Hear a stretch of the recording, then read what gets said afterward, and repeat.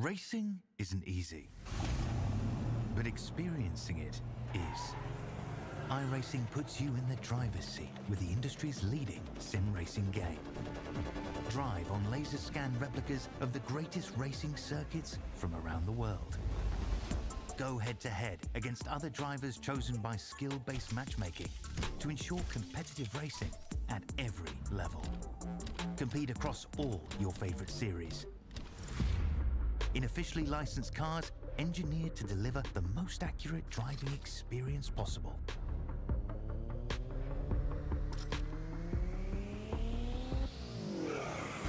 Join a race or host your own with players from across the globe.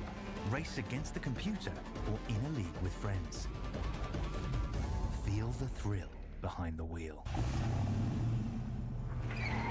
Visit iRacing.com.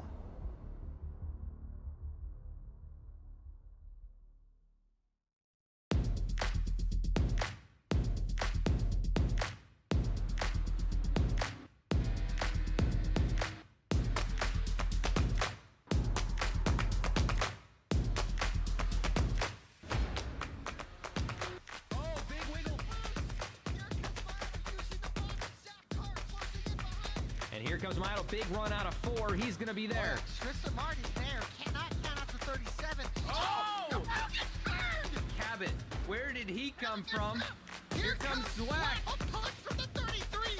It's a drag race. The Magic Man wins an Auto Club.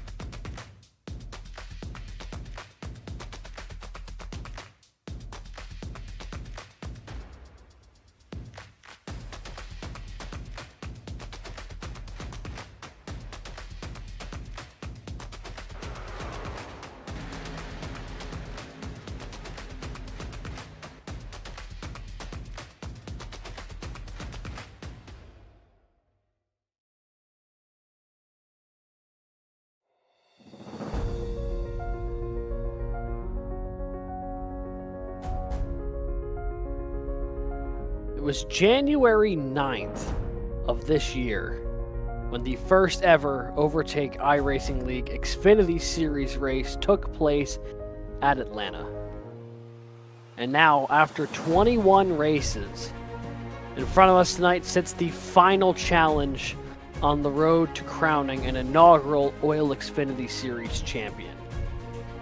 Good evening, everybody, and welcome to the championship race for the Overtake iRacing League's Xfinity Series here on Tuesday nights live on Vspeed. We have brought flag-to-flag coverage of every race this season, and we'll be doing so one more time tonight with tonight's championship race from Phoenix. 4 drivers have the opportunity to compete for the inaugural championship, the first of its kind here in the Overtake iRacing League, first Xfinity Series champ to be crowned. Good evening, everybody. My name's Alex Gagnon, and alongside me tonight will be Christian Hill producing the show. And we'll see if this works. We're going to try and break out a bit of a surprise entry here to the pre-show. Hey, look, it's me. Hi, I'm Alex Gagnon, and we're going to be doing a little bit of pre-show stuff here tonight, leading into the championship race, taking an opportunity to talk about the 4 drivers who are fighting for this inaugural championship here tonight. So, the first person on our list we have to talk about, points leader coming into tonight's race. They're all evened out now. It's just whoever finishes highest of the 4 will take home the Xfinity Series championship tonight. But leading all throughout the regular season and the playoffs, it was the driver of the 8, Michael Kostick. Michael Kostick had 4 wins this season, 13 top 5s in 21 events, including just absolutely dominating the playoff stretch here. I mean, just his playoff results over the past 3 races, 3rd, 3rd, and 5th, and if you go back another 3, or another 4, it's a 2nd, 5th, 1st, and 10th. So top 10 in each of his last 7 races, including that win a few weeks ago at Darlington, and then a pair of top 3s and that top 5 the last 3 races. He is coming into this race with a lot of momentum and is tied for the most wins of any driver, has the most top 5s of any driver, the most top 10s of any driver in the Championship 4 here tonight. Michael Kostick certainly a favorite. Even the Overtake iRacing League Discord bot predicted him to win tonight, so we'll see how well that he fares. But he has the AI Kurt Busch bot with his pick in here tonight. The other 4-win driver this season is the driver of the number 30 machine, Alex Penn. Alex Penn also with 4 wins this season. 11 top 5s, 15 top 10s. All of his wins, though, have come on road courses. He won at Coda, he won at Watkins Glen, he won at the Roval, and he won at the Chicago Street Course. All of these tracks, obviously making lefts and rights. Phoenix, not that tonight. Penn has been really good on these ovals, though, deceptively so. He's got 3 different second-place finishes, including last week at Martinsville. You know he desperately wants to get that first win on the oval. Could it be tonight when it matters most to win a championship? That is the question everyone's asking in the camp of the 30 machine. It's also worth noting he has the most pole positions of any driver in the Championship 4th, and he's got 5 of them. Granted, 4 of them are road courses, but the other one, interestingly enough, Iowa. 7/8 miles track, Phoenix is only a mile. There's a little bit of similarities there, although Iowa's got a lot more banking. So we'll have to see how he fares there. Let's take a look at the points here. You don't need to keep looking at me. The other 2 drivers in our Championship 4 battle tonight, Andy Kurtz and Daniel Cunningham. Andy Kurtz comes into this race 2 wins, 9 top 5s, 14 top 10s. He's won at Gateway in Texas this season. That Texas win coming in the playoffs just a few weeks ago. That 5 car always seems to find itself at the front of the field. It's just a matter of going out and closing out the victory when he needs it the most. And no better time than getting it done here tonight for the driver of the 5. You know he would love to pick up win number 3 and championship number 1. And then the last member of our Championship 4 tonight, Daniel Cunningham, driver of the 08 machine. Only 1 win this year, came at Nashville in the regular season, but he has just really steadily put together a quality playoff run, not finishing worse than 8th all throughout the playoffs, and that was at Talladega with as much of a wild card race as that is. Every other track has been 7th or better, including a 2nd place at Darlington, the race that was won by Michael Kostick a few weeks ago. Cunningham has been running up at the front of the field all the time during these playoffs. Just a matter if he can go out and get that little extra bit of speed he needs to try and go and compete for the win. He's got top 5 speed, but does he have championship winning speed here tonight at Phoenix? Those are going to be the questions on everybody's mind. Those are your 4 championship contenders for the inaugural OiL Xfinity Championship. But looking through the rest of the points here, there is definitely some points up for grabs still, including that postseason prize to the driver out of the playoffs who records the best points finish, currently being held, I believe, by the 31 machine of Blake Hensley. But, I mean, you see some of these seasons here, a lot of winners across the board who are not in the Championship 4 tonight. Prail had a win, Bobby Hall had a win, Iverson with 2, Ryan Settle, Lyons, Ott, Hensley, Wiegand. A variety of different drivers have found success here in the inaugural OiL Xfinity Series. And looking forward to more of that going into Season 2. There's no doubt about that. It's been a very much spread the wealth kind of deal, but the cream has risen to the crop here with our 4 championship contenders. But that's not to say that one of them would win the race outright tonight. It is just simply the highest finishing of those 4 drivers will lay claim to the inaugural championship. Should someone not of those 4 drivers highlighted in gold win the race tonight, it'll simply be the highest running Championship 4 driver to win the championship, but whoever wins the race will obviously still get spoils for winning the race here tonight at Phoenix. And with that very long-winded intro, hopefully everyone's ready to go here. We'll take a look here at the track tonight, where we'll be doing battle, home of the championship the past couple years for the real-life Xfinity Series, and home of the first ever OiL Xfinity Championship race, Phoenix Raceway here in Avondale, Arizona. 1 mile track, pretty flat, only 11-degree banking in the corners at most. but its unique configuration, including the dog leg going on the front straightaway, really is what sets this place apart. Restarts can get really crazy, cars fanning out 4, 5, even 6 wide, trying to get through the dog leg, getting back up onto the track and getting it slowed down into turn 1.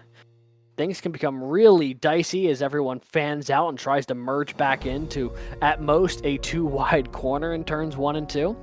The other unique element of this track, pit road, the entry is on turn 2, but you don't exit till past the start-finish line. So if you have to make a stop under green flag conditions, just know you're going to lose a lot of time on pit road, having to circle all the way around this track. The only other thing of note I would say with Phoenix Raceway is that because it's so flat, it is really easy to overjuice the car coming out of the corner, put a little too much throttle in it, you lose the back end, and we could see a couple of spin-outs here tonight, as it is really easy to be battling side by side with somebody, try and get a little more out of the corner than the guy next to you and just hit it a little too early and loop the thing. So driver's going to be dealing with a bit of a difficult track in addition to the stresses that come with racing for a championship. Looking at tonight's race analysis, 150 laps tonight, 150 miles, 5 sets of tires available to these drivers, with the one stage scheduled for lap 50, an unlimited amount of green-white checkered attempts should they need it, as was the case the other night at Martinsville. The last race we had, we saw that they needed the green-white checkered finish, and in a fireworks display, Zane Zadie picked up his first career OiL Xfinity win after the 2 cars running first and second wrecked each other. So those green-white checkers might play a factor here tonight in deciding a championship. Hopefully they don't, but the option is there if they need it. And while we've got about another 45 seconds or so here, we'll take a quick look at the weather tonight.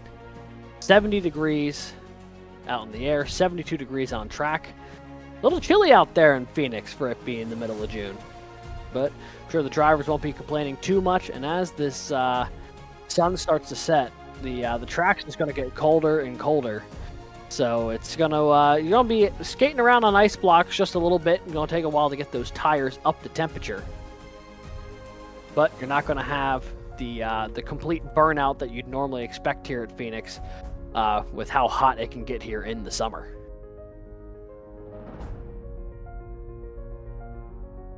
So just about ready to get going here. Getting ready to go for what should be a fun one. Championship racing about to kick off here at Phoenix Raceway. And producer Christian, I do believe it's time for us to take a look at tonight's starting grid for the final OiL Xfinity race of the season. Starting on pole tonight, that front row locked out by a couple of our championship Ford drivers. Michael Kostick, 4-time winner this year, puts it on pole with a 26.924, just ahead of championship 4 rival Andy Kurtz with a 26.965.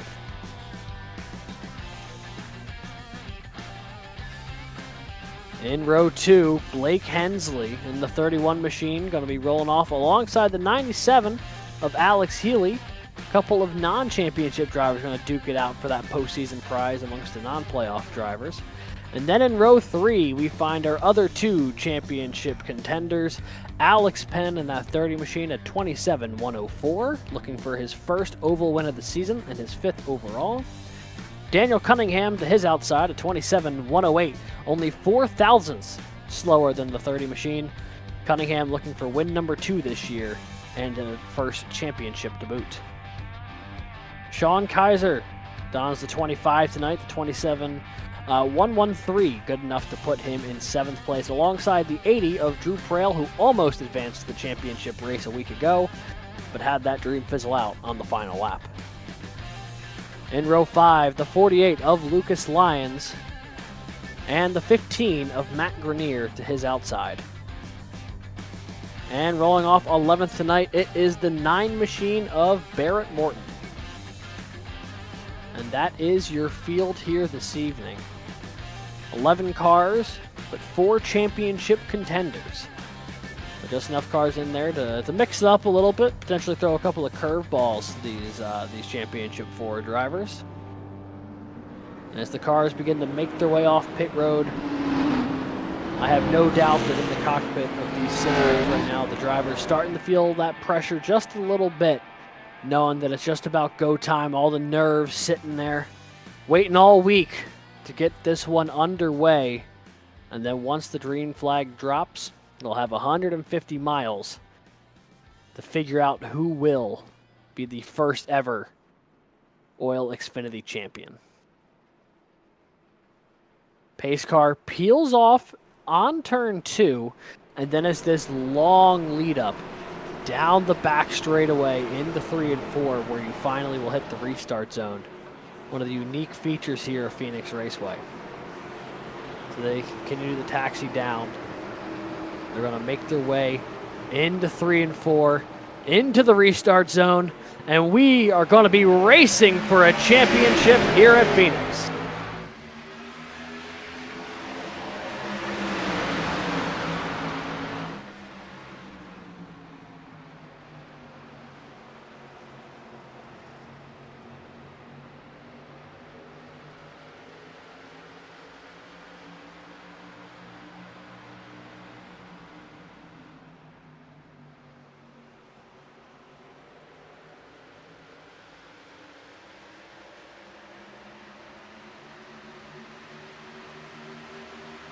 Looked like Blake Hensley was going to make a bit of a challenge for that lead spot on the opening corner.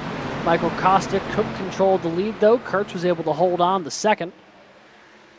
And as one lap goes by, Kostick will lead the opening lap of this race from the pole position. A little further on back, though, that's where it gets a bit more dicey. Some moves being made through the middle of the field. There you see Alex Healy, who qualified 4th. He's fallen back a couple of positions. Lucas Lyons moves up into P4 around Alex Penn.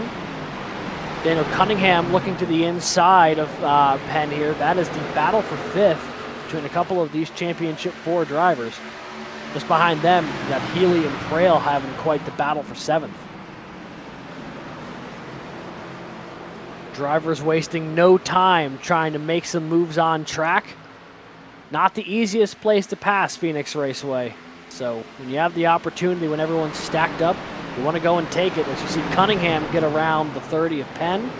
And now Penn might be in some trouble here as Healy and Prail closing in off of turn 2.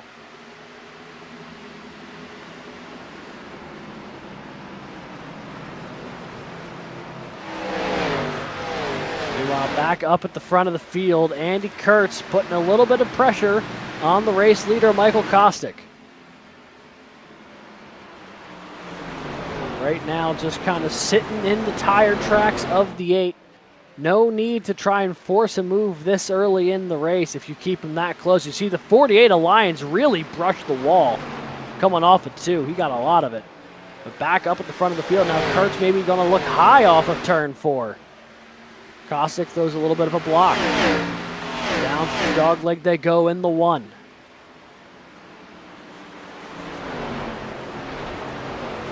Nose to tail, the 8 and the 5 through turns 1 and 2.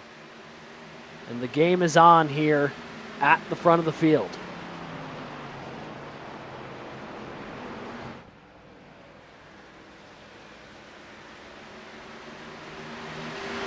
So the gap right now, only a couple tenths of a second in this battle for the lead, more or less what the gap has been since the drop of the green flag. About 3/10 between Kostick and Kurtz.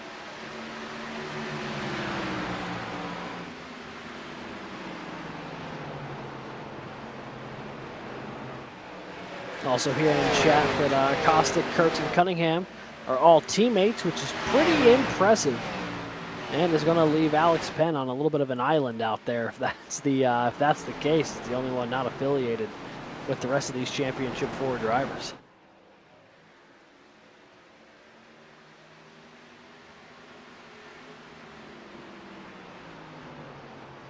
We make our way toward lap 9 here. Going to go on board for a second with Andy Kurtz, and you get an idea of what it's like to run a lap or two here at Phoenix and also what the 5 machine is seeing out his windshield right now as he tries to track down the lead.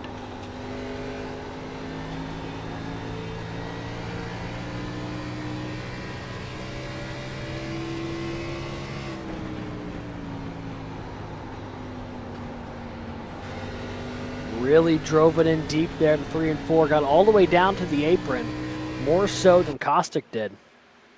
But now that they're up to speed, you notice that there was some takers for the dog leg early on when cars were still getting up to speed, but once you're up to full speed here at Phoenix, it becomes incredibly dangerous to try and take the dog leg.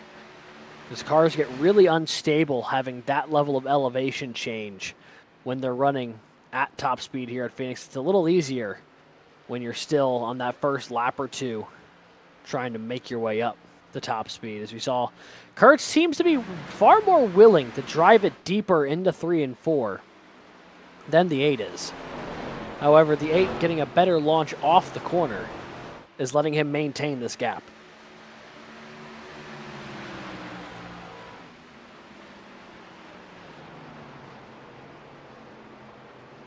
Once again, yeah, the 5 drives it in deep, flares it out all the way to the wall.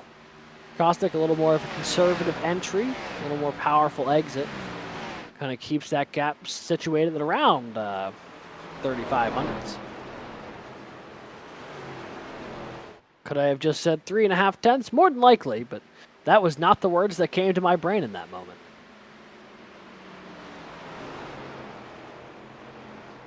Looks like we also have a bit of a battle on track for 7th right now. Drew Prail getting a little bit of a mix-up with Alex Healy a little deeper in the field. You see he's not alone as well. Sean Kaiser now closing in on the back bumper of Healy. This part of the field has really kind of stuck together in a string. No one really getting any separation from each other from Penn on back. But it goes to show that if you have a fast car here, but you're stuck in traffic, there's not a ton you can do about it. It is not an easy place to pass here at Phoenix Raceway. You got to be able to capitalize on opportunities when they come, but also if you get stuck behind a car that you're slower than, there's very few windows to actually get around them, especially if they're running a stable line that's blocking up most of the track. You can see how stacked up things are at the back of the field as we get the hyper on-board cam here of, I believe, Drew Prail, seeing what virtual Drew is seeing from behind the wheel. That man, virtual driver Drew is locked in, didn't even blink.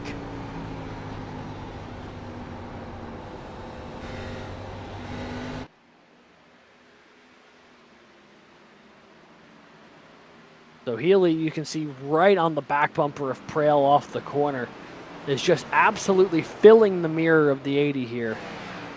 But will he have the opportunity to try and make his move? He's going to look to the inside here, potentially in the dog leg.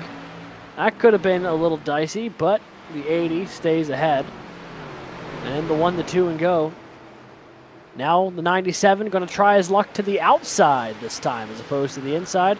Set it up, and now he is alongside Prail down this back straightaway into 3.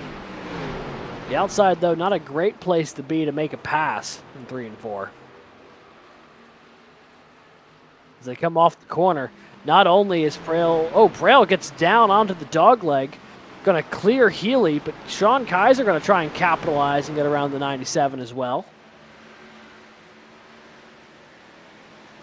We also got Barrett Morton and Matt Grenier onto the scene as well. A 5-car battle for 7th on back here. It's quite the mix-up going on.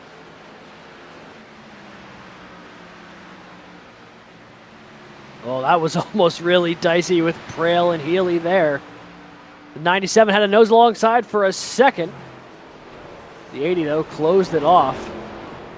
And now everyone's exploring every lane of this track, trying to figure out what they can do to maintain their advantage or chase down the car in front of them.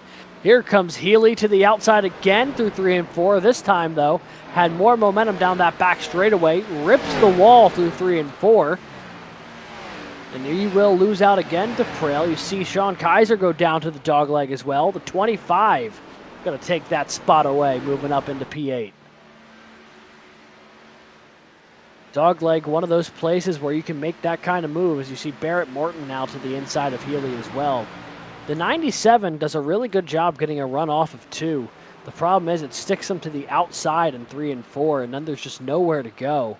As you see how much more of a run cars get on that bottom side. Barrett Morton now half a car length ahead, and looking to try and close off that pass through 1 and 2.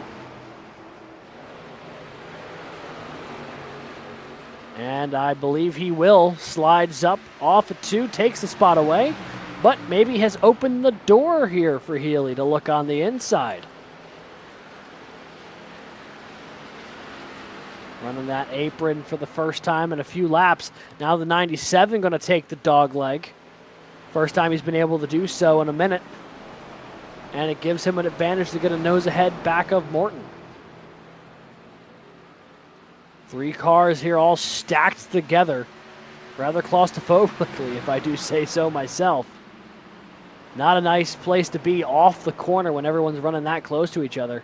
One errant twitch could be catastrophe for everybody involved.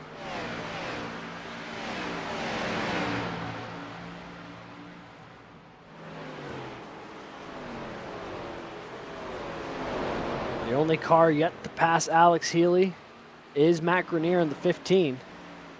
Healy started this race 4th and has just been slowly sinking down the running order over these opening 22 laps. Grenier almost had a run off of 4. Might look to the inside here of the dog leg. And he will. Pulls alongside the 97. And Matt Grenier trying to usher Alex Healy out of the top 10.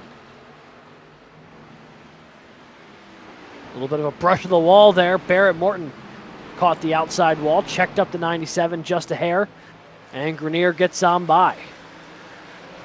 So now Grenier runs 10th, Healy runs 11th. And the battling here in the back half of the top 10 starting to spread out just a little bit. Everyone's trying to find their own little patch of room. And as I say that, Barrett Morton got a good run through the corner and has immediately closed the gap to Sean Kaiser.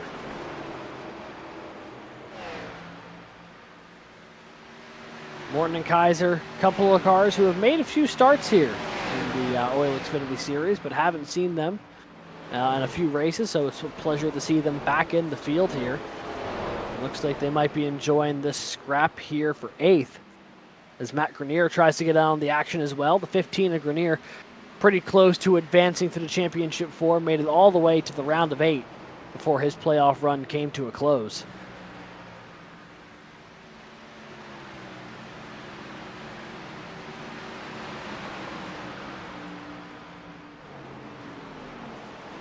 So we are 25 laps in, working on lap 26. Michael Kostick leads the way up front. One of your championship 4 drivers has about a 0.2 of a second advantage over Andy Kurtz, who currently runs P2. And then from there, it goes back to Blake Hensley in 3rd place, first non-championship 4 driver. Daniel Cunningham, Lucas Lyons, your top 5. Alex Penn, the 4th of our championship 4 drivers, currently running in the 6th position. And it's been all Kostick and Kurtz up at the front of the field here. Kurtz has made a little bit of gain every couple of laps and then gets just a little too close, I think. Gets a little too much dirty air, watches the car up the track, and he loses some of that momentum. But this is certainly a bit of a cat and mouse game right now between Kostick and Kurtz, figuring out what you can and can't do, how the car is going to handle in certain scenarios. And, you know, when you hit the stage break, knowing how critical certain moves will have to be during the pit cycle to try and set things up when you get racing again after the stage break. I'm sure Kurtz is learning a lot about where he can make up time and where he loses out to the 8, and he's trying to formulate how he can adjust that. And to the same degree with Kostick, he knows now a bit of where Kurtz wants to try and make his moves and how he can best defend against him. People always talk about the super speedways like Daytona or Talladega being a high-speed chess match with all the moves you have to time and all the momentum you have to kind of follow at the right place in the right moments. But Races like these, with a nice, healthy green flag run at the start of the race, where the two cars battling for the lead are staying pretty equidistant to each other, you gotta kind of assume that this is also a bit of a strategy battle between the two, figuring out what you can and can't do out there, and use it as ammunition when it matters most late in this race.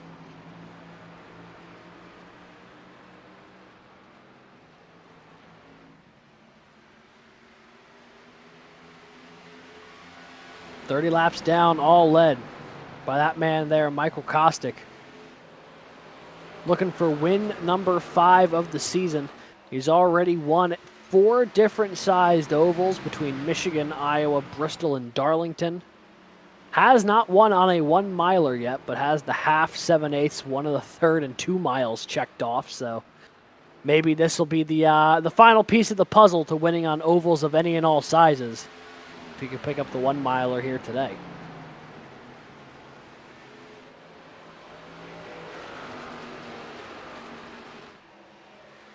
What's really fascinating is you look at this timing table at the moment. The gap between Kostick and Kurt has fluctuated between about a quarter of a second to 3.5 tenths of a second, basically this entire run. Blake Hensley's holding on to within a second of the lead right now. He's fallen back a little bit, but he's not out of the picture per se. And then it's nearly 5 seconds back to Daniel Cunningham in 4th. And Alex Penn back in 6th, so the top 3 cars, if you want to count the 31 as well, really have this place figured out at the moment compared to the rest of the field. And if the end of this race is anything like the introduction to it, we might be looking at the 2 cars who will be in best position to try and battle for this championship.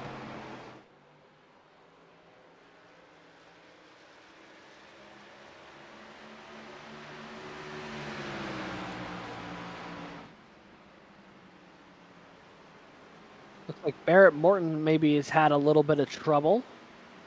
He's fallen back. He's still where he's been running, but he has definitely found himself in the middle of something he doesn't want to be stuck in the middle of, with Matt Grenier breathing down the back of his neck, and with Morton having nowhere to go because the back bumper of Sean Kaiser's directly in front of him. Battle for 8th, 9th, and 10th here on track. Oh, everyone gets really stacked up there. The 15 almost made contact with the back bumper of the 9 car of Morton.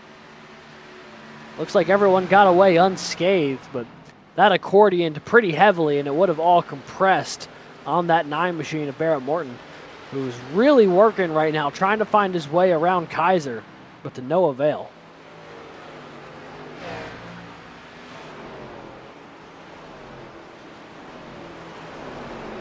And this is the part of those runs in Phoenix where those tires just start feeling incredibly unpleasant after putting 36 miles on them.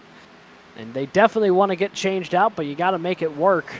You don't want to come down pit road now knowing the stage break's only in about 13, 14 laps. And it'll be a perfect opportunity to change them then, but you got to be real careful to not absolutely ice skate your way up the track in 1 and 2, or put too much throttle in it and loop it. Becomes a real balancing act at this part of the run.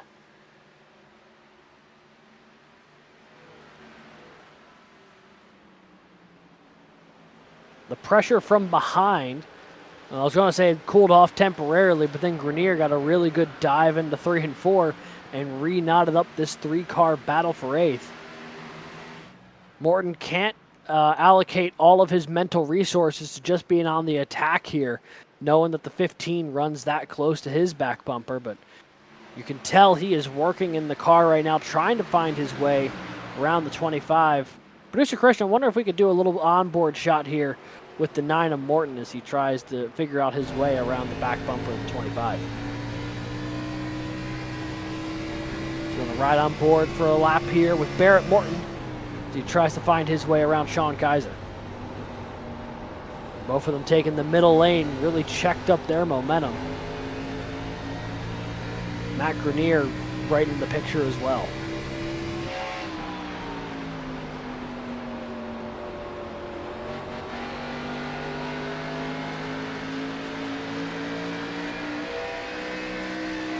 You can see the gap what it is up ahead to Kaiser is what it is behind back to Grenier. The 15 really tried sending it in the 1, but the 9 did as well. The 25 moved up the track, tried diamonding it off. A couple different options to try and get through here. Big slide for the 9. Coming off turn 2, trying to stabilize that car.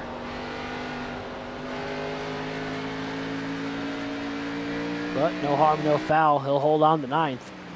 As you can see the gap expanding just a little bit over the front bumper of Matt Grenier. You can also see as this run goes on, they start to move further and further up the track. They started off ripping that apron through 1 and 2, and now they're kind of diamonding off the corner, running a lot of it through that middle lane. As that's the only way to really make that car rotate without the tires absolutely protesting it.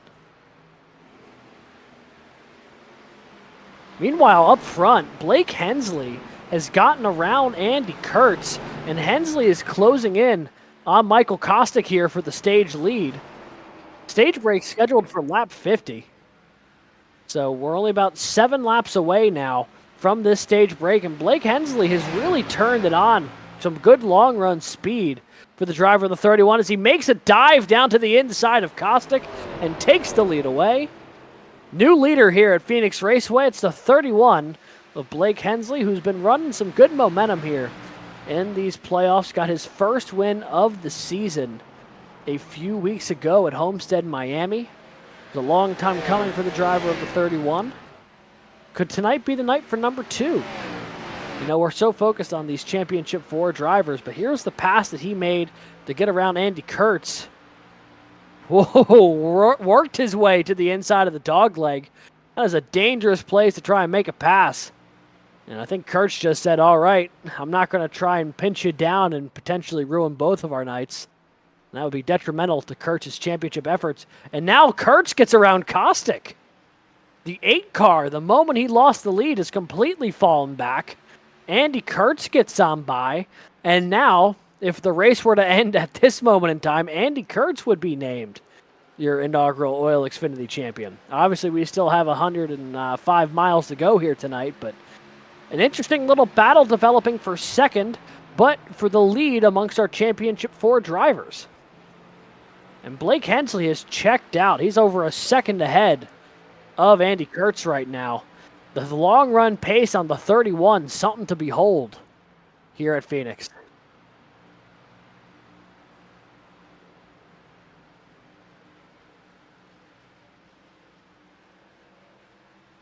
So now Kurtz and Kostick battling it out. And this is a really critical position for when they hit the stage in just a couple laps here. Because if everyone has a relatively even pit stop, this will determine who starts on the front row versus who starts in the second. And obviously, if you start on that front row, it gives you a good crack to try and make a move in turns 1 and 2 to try and take away the race lead.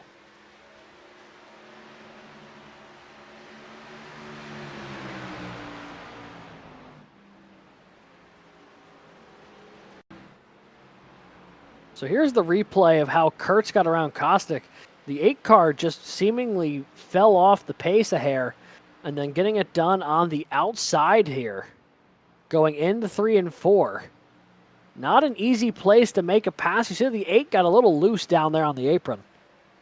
And the 5 takes away that spot. Andy Kurtz moves the P2. And with about two laps left in this stage, looks like Andy Kurtz might be able to hold on to that P2 run where he qualified.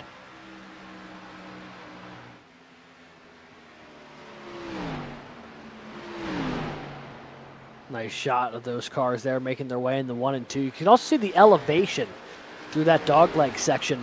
That's part of the reason why you don't see too many drivers take it when you're up to full speed. The elevation change is deceptively high, trying to come back up from the apron back onto the track surface there.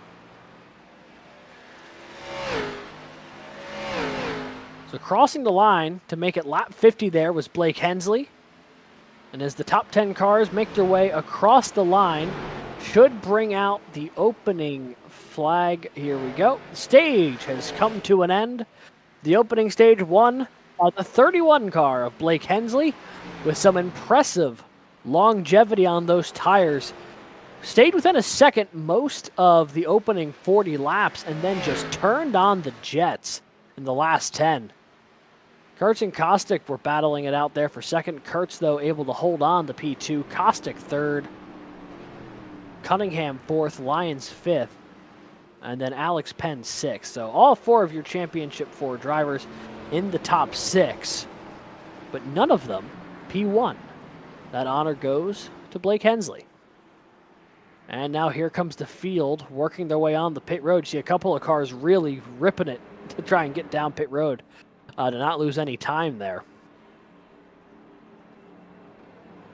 And let's take a second here. Take a look at these pit stops. See who's going to win this race off of pit road.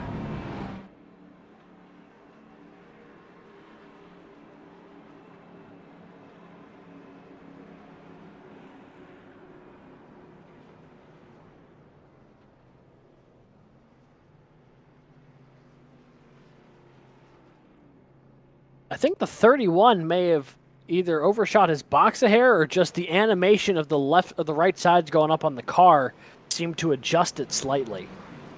That seems to be the case. So Hensley wins the race off of pit road. Oh, quite the battle there for P2. Well, we'll have to take a look at the replay. I think Andy Kurtz got the spot, but I would love to see how close that was coming off of pit road between those two, because Kostick nearly got him.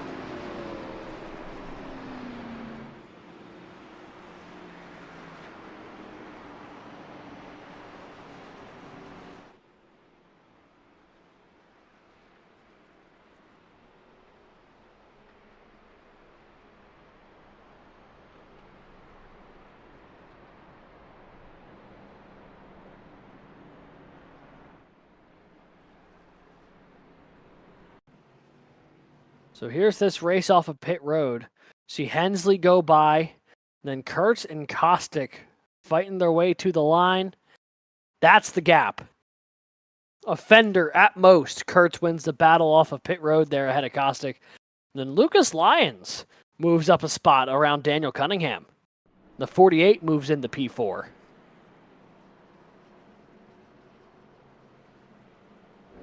So Hensley and Kurtz will be row 1. Kostick and Lyons row 2, Cunningham and Penn row 3. After the pit stop here, Prail and Kaiser, Grenier and Healy, Morton, your running order. Pace car is peeled off, and they make that long procession down the back straightaway into 3 and 4. This restart's so critical when it comes to trying to get track position. The green flag back in the air. We are racing once again at Phoenix. Hensley dives deep to the dogleg. Kurtz takes that outside line, and he might lose out to Kostick here in the 1 and 2. The 8 drove it in deep on the dogleg, but washes up the track a little bit there in the middle of the corner. Ultimately will lose out to Andy Kurtz. Kurtz holds on to P2. Kostick third, Lyons fourth. Penn and Cunningham duking it out there for 5th. And here comes Kurtz looking for the lead. Lyons going to dig it deep to the dogleg.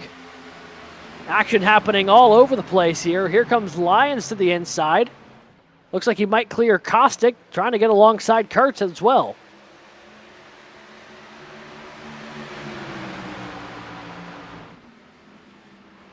In the turns 3 and 4 they go. That 48 car looking wicked fast right now. Won the first playoff race of the year at Pocono. It's the only victory for him this season. But he got around Kurtz. What a run here for Lucas Lyons. He gets around the 5, pulled even temporarily with the 31. Is trying to work his way to the corner. The 48 super loose off of turn 2. He is absolutely digging that thing right now. And we know the 48 and the 31 have had a couple of incidents over the course of the year. Nothing too crazy, but they've found themselves on track next to each other more than a couple of times.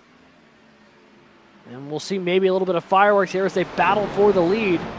And the 31 sideways! Hensley is around! And he might have had some help. Oh boy, I may have just commentators cursed that one, Christian. And we get a laugh here in the production studio, as that was, I mean, we were literally just saying how the 48 and the 31 have had their run-ins this year, and I think that might have been one more.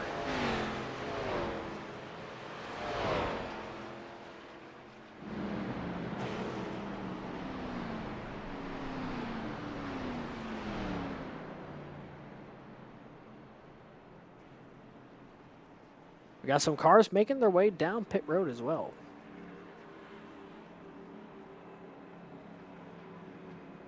Oh, that's a replay of the last pit stop. Here's what we are looking for: the 48 and the 31. And yeah, just a little bit of contact, I think, between the 48 and the 31. 48 drove it in real deep, washed it up the track just a little bit, and I believe just made a little bit of contact with the 31 in a really vulnerable spot. Yeah, just caught that left rear corner right in the middle of turn 2. And that's already a spot that it's pretty easy to loop under the best of conditions, especially when you're in the middle of the corner like that trying to get the car to rotate. And just a little bit of contact will send the 31 around.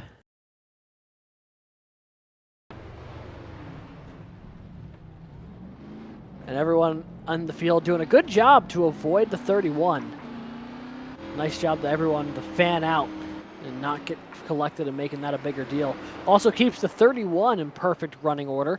Probably have to put some fresh tires on it, but that's really about it. Otherwise, nothing has changed structurally for the 31. Outside, I'm sure we know that car is fast, and he's going to be even more motivated now to make his way to the front of the field. And we had a few cars make a stop on pit road there.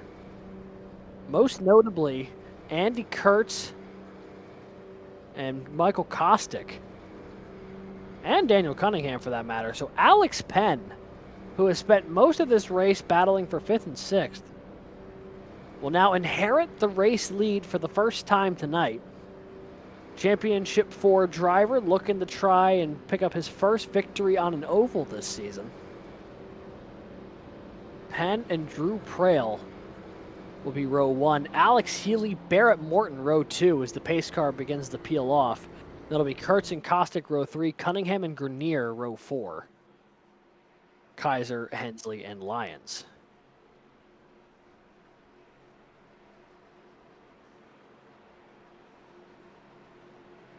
So now Alex Penn going to have some track position for the first time tonight. Can he use it to his advantage with 3 cars between him and the next Championship 4 contender? They'll hit the restart zone, and here we go once again. Racing at Phoenix, a great launch for the 30.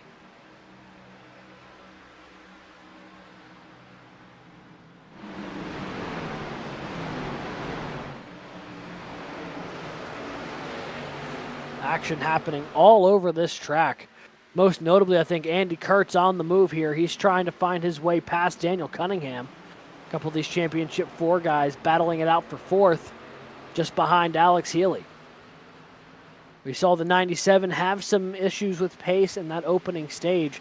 Qualified 4th, but then fell back through the field. Now trying to use this track position to his advantage, but here comes Andy Kurtz to the inside. The 5 looking to take away the spot. He's got a couple of these other championship contenders on his bumper. Here come Cunningham and Kostick as well. The 97 way up the track. Kurtz gets by. Cunningham gets by. I think one of those cars actually brushed the wall. And now Kostick looking to try and clear him as well in the 1 and 2. Alex Penn has Drew Prail all over his back bumper. But more importantly, Drew Prail has Andy Kurtz all over his back bumper. It's about to get spicy up at the front of the field here, as Kostick and Cunningham make their way on around Ely as well. All the Championship 4 running in the top 5. And then you throw Drew Prail into the mix here as well, as Kurtz looks to clear the 80 in the 1 and 2.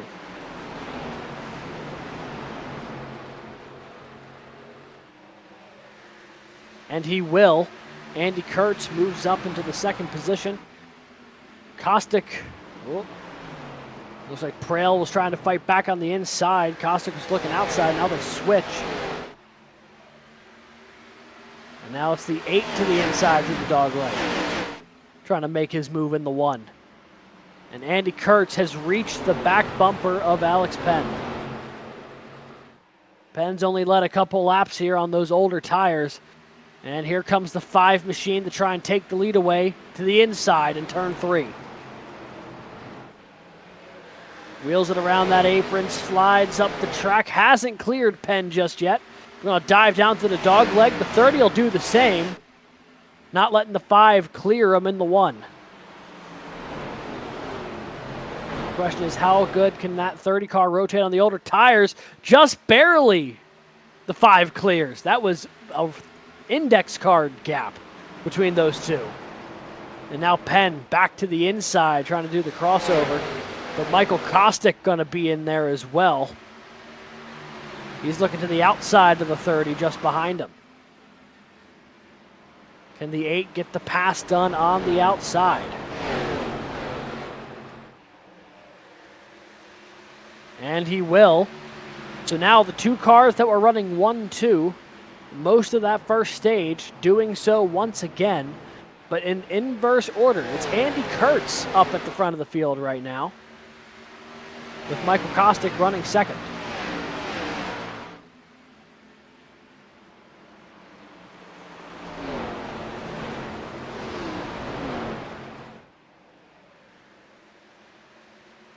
Next time by, they'll be working on lap 69 of this 150 lap race, nearing the halfway point of this championship race, the final Overtake iRacing League Xfinity Series race of the season. Andy Kurtz trying to become the inaugural champion, as is Michael Kostick. Those are the 2 cars running 1-2. Alex Penn, Daniel Cunningham, though, also in that championship 4. They're running 3rd and 4th, so all 4 of our championship 4 drivers in the top 4 right now, as Cunningham thought about making a move on Penn off of 2. Settles back in behind him.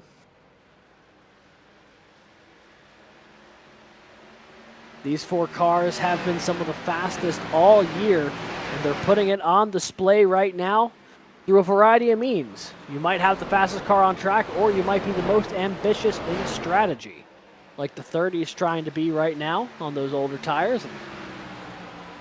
All 4 of them up front of the field for good reason.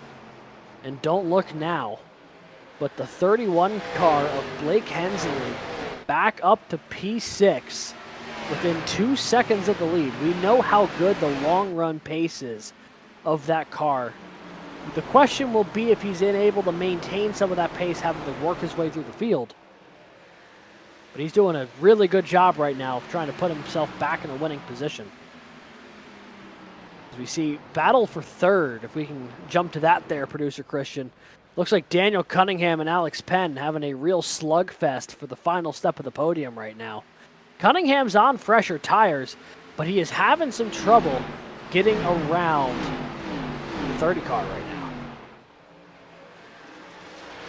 The 08 on the same tire strategy as Kurtz and Kostick, and he sees them starting to get away here as he's been unable to clear Alex Penn. Penn doing a great job keeping himself in the top 4 mix, despite being on these older tires. Not a huge difference. It's only about 7 or 8 laps, but that is noticeable lap after lap to be on those older tires, especially once you get deep into a run. As you see Cunningham taking the dog leg, looking to the inside here of the 30. Got a good run in, and that Toyota Supra will clear him off in the turn 2. So now Cunningham moves into 3rd. Penn going to try and fight back here in 3 and 4. Going to be tough ask, though, with that older tire set. Going to try and use the dog leg to his advantage. Blake Hensley closing into the mix here as well. You see the 31 directly behind that 30 car right now. Oh, makes a little bit of contact with the 30. A little bit of a how do you do there in 1 and 2. Unlike what happened to Hensley, though, the 30 car does not end up spinning.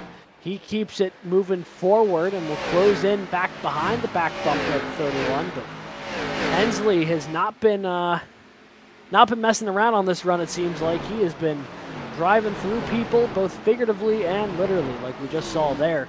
A little bit of a tap sends the 30 up the track.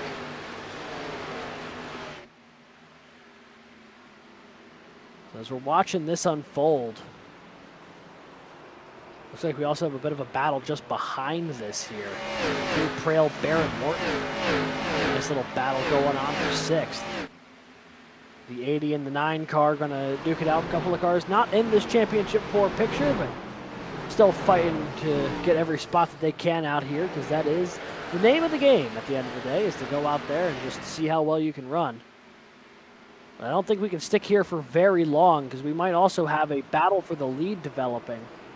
Looks like Michael Kostick has been hounding the back bumper of Andy Kurtz through 3 and 4. You see the gap there. That is pretty close there, folks. Kostick a 4-time winner this year, Kurtz a 2-time winner. And both of them right now running the field at this moment in time. By far the most laps led of anybody are those two guys. And the guy who's 3rd on that list of laps led, currently about to move into P3 as Hensley's trying to get around Daniel Cunningham. But, I mean, Kostick applying a ton of pressure right now to the back bumper of the 5. Any small slip up here from Andy Kurtz will be almost a guarantee that he forfeits the lead to Michael Kostick.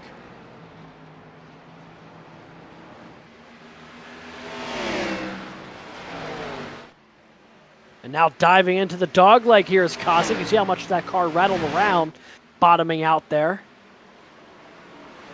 Looks to the inside. Little temporary lock up there from the 8. He's trying to get it to rotate. Just doesn't quite have the speed on corner exit that he needed to stay alongside him. But he certainly tried.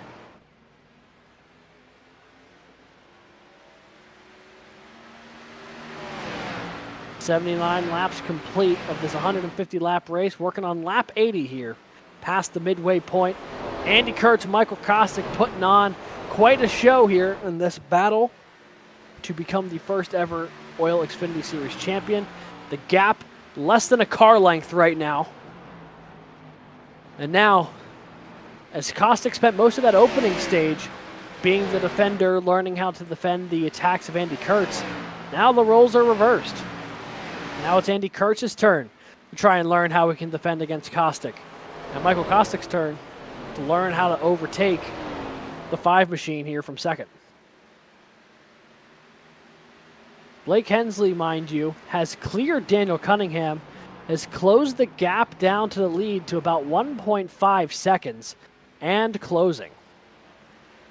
And with no other cars in front of him between the leaders and him, this is when he can start letting those tires cool off a little bit and try and work that long run speed that we saw him have on the opening stage of this race.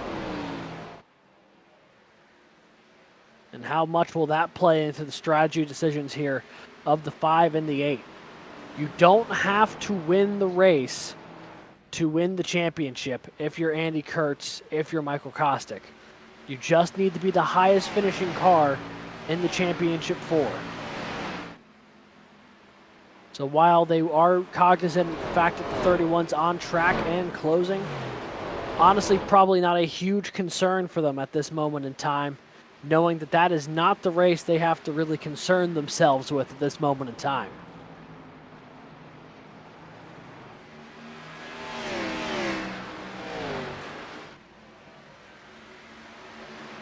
Feels like a good time as any to do a quick rundown of the field here. Andy Kurtz, currently your leader, up at the front of the field in that number 5 machine. Started 2nd today, leading 20 laps and counting right now up front, just ahead of championship rival Michael Kostick, currently running in the P2 spot.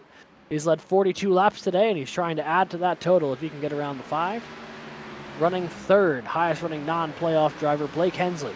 He's led 14 laps, and that might be more if it wasn't for that contact there with the 48 just after the stage restart. Running in 4th right now, it's the 08 of Daniel Cunningham, who started 6th. He's up a couple of spots, but he just needs a little bit more to get into that championship contention. He's currently sitting a couple seconds off of the other 2 drivers in the championship 4, and just behind him In fifth, it is the last member of our championship four, Alex Penn. He's led a few laps here on that alternate strategy, but those older tires starting to really take effect. Fourth 30. In sixth, it is the 9 machine of Barrett Morton, up 5 spots from where he qualified today. Just ahead of the 80 of Drew Prail, currently running 7th. Matt Grenier, currently running in the 8th position, up 2 spots, just ahead of the 25 of Sean Kaiser. Lucas Lyons currently runs 10th. We saw him have some really, really good short run speed. He has a lap led tonight, but got sent to the end of the line for that incident with the 31 and has not really been able to rebound back up to the front of the field. We know he's really good at these restarts. And then rounding out the field at the moment is the 97 of Alex Healy, who qualified well, but just hasn't had the race pace I think that he was hoping for here tonight. We saw him struggle a little bit in stage 1 and a little bit more of the same here on the back half of this race.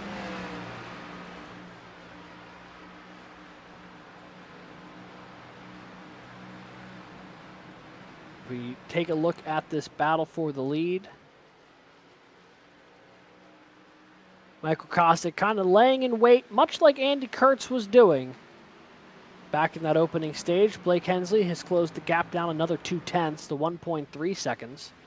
Kostic running right in the tire tracks here of Andy Kurtz. Will there be a moment where the 5 slips up and the 8 can capitalize? Both of them go way out to the wall here in 1 and 2. You can see the gap. It's less than 0.2 of a second. It's about a car length on track. It's just a matter of if the 8 can get a run down one of these straightaways to try and capitalize, or does he dare try driving it in deep on the dog leg and tries to pull alongside him to the inside on 1 and 2. On older tires, a move significantly harder to do than on fresh tires, but certainly something that needs to be considered. But while this battle is going on, we're going to do a little Vspeed side-by-side action here. We're going to take a brief commercial break, and we'll be right back with the rest of this championship race from Phoenix. Don't go anywhere.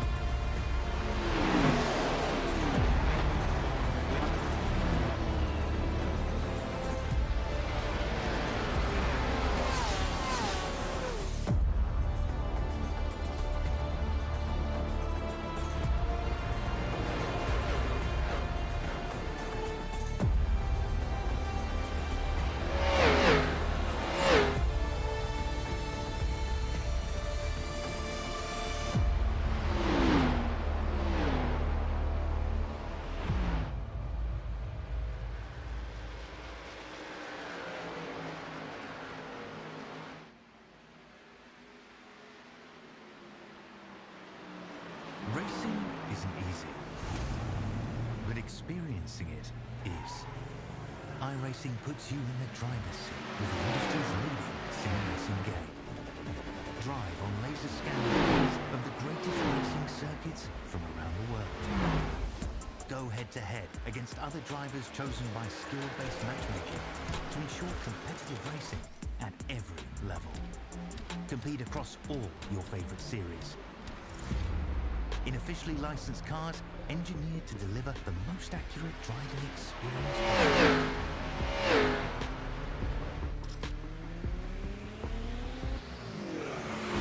Join a race and host your own with players from across the globe.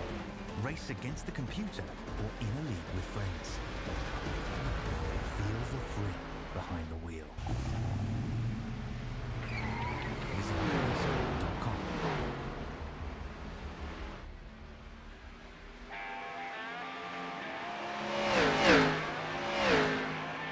Welcome back, folks. Working our way now on the lap 97 of this 150-lap race. Just over a third of this race to go. Andy Kurtz still holds on to the slim lead here over Michael Kostick. These two cars been duking it out for first and second basically the entirety of this second stage ever since the 31 had the run-in with the 48. But speaking of that 31 car, here comes Blake Hensley now. He has worked his way back to within a second of the lead. When we saw him battling for sixth about 20 laps ago, he was 2 seconds back and several positions back. Now has closed in that gap significantly, ever so slowly, starting to put some pressure on here to Kostick and to Kurtz. And we know that 31 car made his biggest gains after the tires had eclipsed 40 laps on their current stint. Well, folks, this is lap 40 of those tires for everyone who pit on the lap 59 caution. So this might be the time where we see that 31 seem like it was on rails like it was in that opening stage, or have the 5 and the 8 done something differently this time around and maintain that gap just a little bit. As we make our way now to lap 100, the 2/3 mark of this race. Andy Kurtz, Michael Kostick, both of them very much in contention, 50 miles from winning the first ever OiL Xfinity Series championship. For Daniel Cunningham or Alex Penn, who currently both sit beyond 4 seconds of the lead, their chances of becoming the OiL Xfinity champion dwindling lap after lap. They're going to need a caution to fall their way or a well-timed pit stop to try and make this happen. They are running out of options to try and go out there and take it, because the raw pace just does not seem to be there tonight for the 08 or the 30.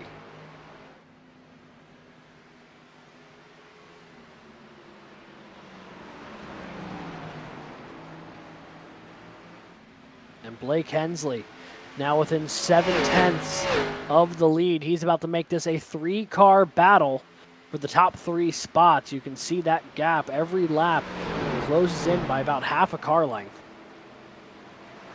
And within a lap or two, he will be fully involved in this battle.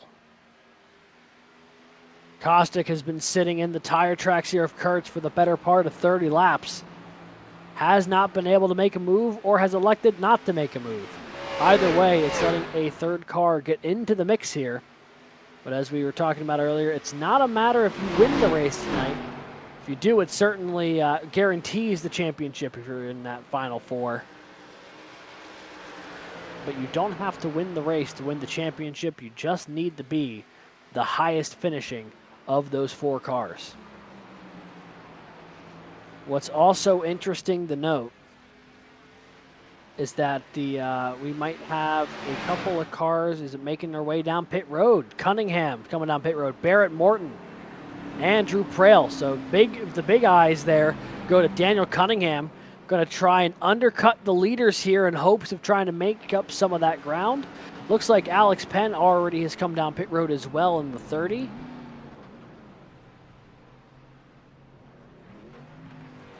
And here come the leaders down pit road, all 3 of them bunched up nose to tail.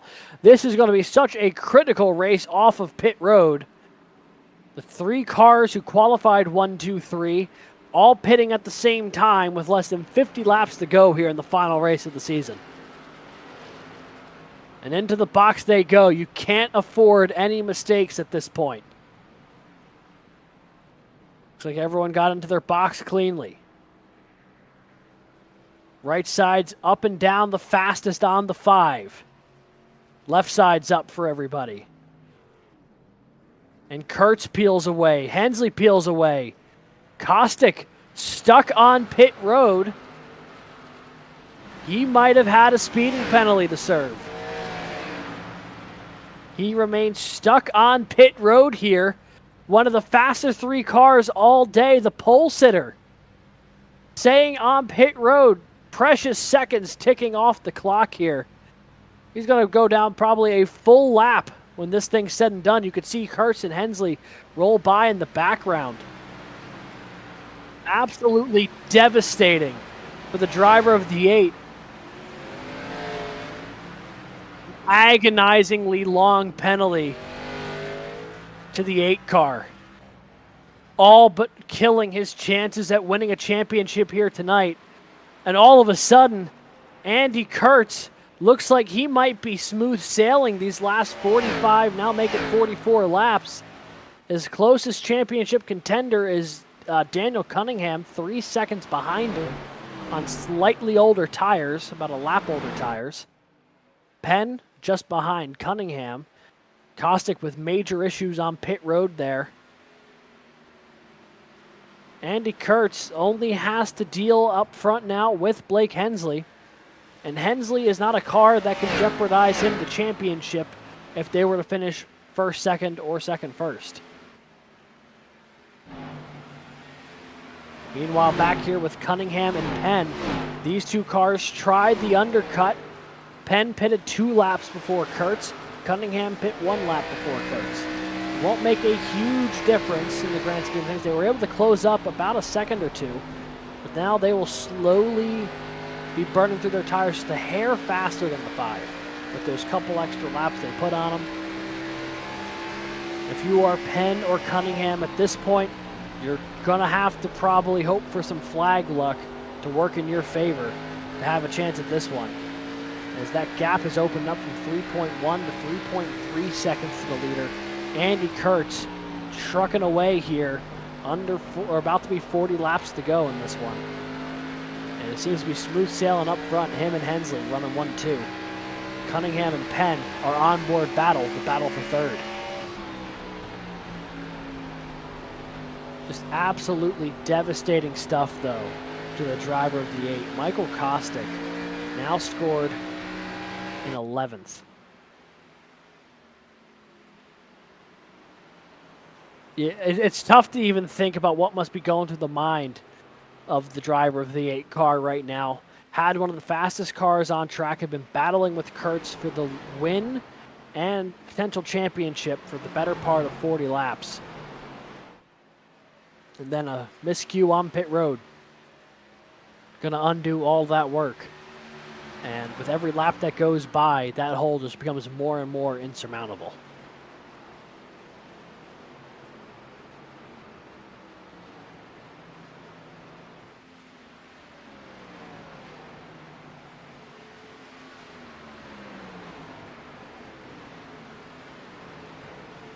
See Penn and Cunningham here continuing their little duel for third.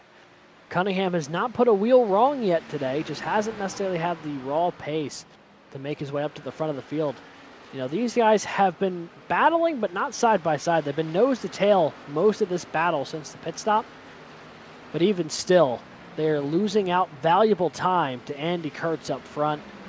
The gap now has opened to 3.8 seconds, nearly a second behind where they cycled through the pit stop initially.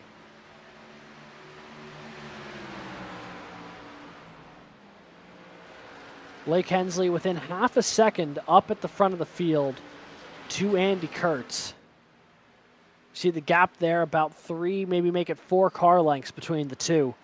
This is the battle for the race win right now. Andy Kurtz, Blake Hensley. Kurtz has the lead, and we know the 31 has incredible long run pace. This might just come to him at the end of this segment here. Still has about 36 laps to work with. Just enough time for maybe that long run pace to really kick in. But Andy Kurtz right now, his battle's not with the 31. His battle's maintaining that gap back to Daniel Cunningham, which he has opened up to 4.1 seconds. And Andy Kurtz, the fact that he's even in the Final Four, impressive in and of itself. Needed to use a provisional during the round 8 to keep himself in contention. And and was able to do so, making it in on points, and now might be able to walk away with the inaugural championship here and potentially pick up his 3rd win of the season. You know, he's won at Gateway this year. He's also won at Texas in the playoffs in the round of 12. Then had a 2nd place finish at Homestead, a 4th place finish at the Roval. He has been trending upward these last few weeks. Now he might be able to bring home his 2nd win of the playoffs in just under 35 laps here if things hold.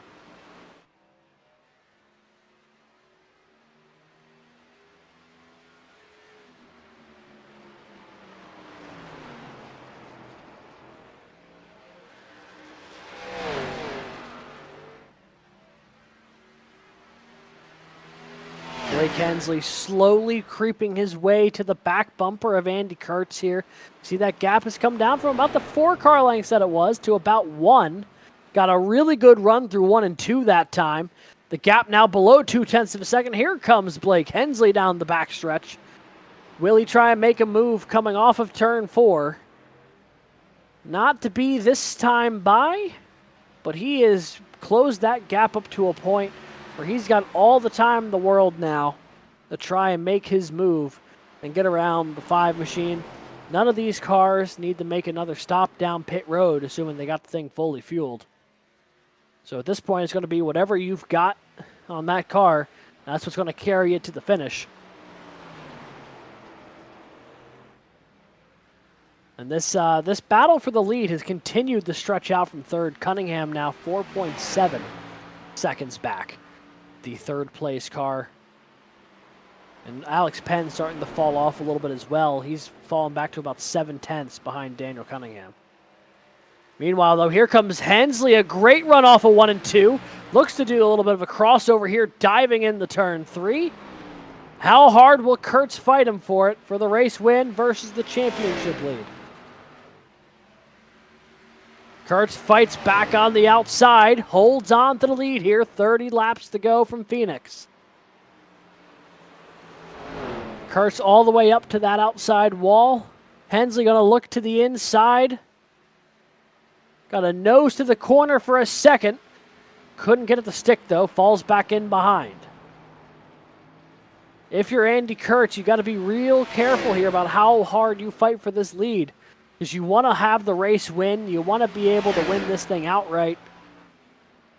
But if you put yourself in a bad spot, or you put the 31 in a bad spot, and you end up getting that car wrecked, you could lose out on your chance at a championship. It's a very delicate game here the 5 needs to play. Managing the ambitions of wanting to win this race, to win the championship while winning the season finale, while also not putting yourself in a jeopardizing position.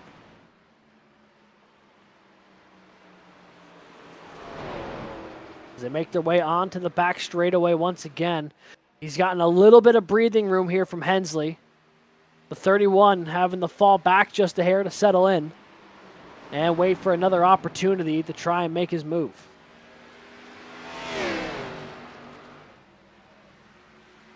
Been a fascinating battle up at the front of the field all night, whether it's been Kurtz and Kostick, Kurtz and Hensley, Hensley and Kostick. The 1 lap we got of Hensley and Lyons. You know, there's been some really interesting duels up at the front of the field, but the thing that has become very clear is that the advantage has gone to the car in the front. You know, whoever can play defense as opposed to offense has had a much better time. It is not easy to pass here. And that has been proven to great effect here tonight. As next time by, we'll hit the 25 to go mark from the flag stand.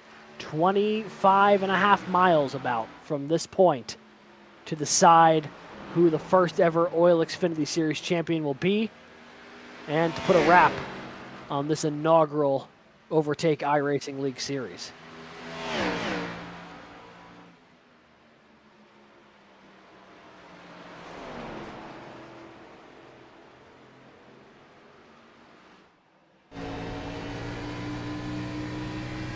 On board here with the 31 car. Hensley's had to drive his way through the field after getting that bit of contact there with Lucas Lyons back on lap 58. He started back in 11th at that point, worked his way up to 3rd before the green flag pit stop, then capitalized when the 8 had issues and is now knocking on the door of the lead once again, trying to get his 2nd victory in just 5 races after winning at Homestead a few weeks ago.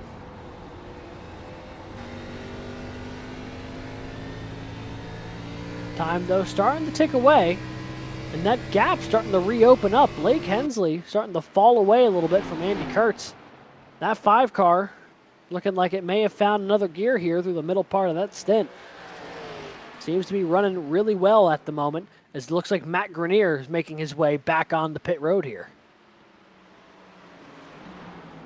Michael Kostick has taken the car behind the wall. His day is done, and one of our Championship 4 contenders is out of this race. The one who was the pole sitter, who had the best chance at winning this thing potentially, at least from qualifying times, as the 31 gets all over the back bumper of the 5 there. That was almost going to be a mess for both of those drivers. But with Kostick out of this race, Andy Kurtz right now, the championship picture is more or less settled if things hold. But the battle for the race win is anything but determined right now. Hensley and Kurtz having a fevered battle up at the front of the field here, making their way off of turn 2. It'll be 20 laps to go next time by. Here comes Hensley to the inside in 3 and 4.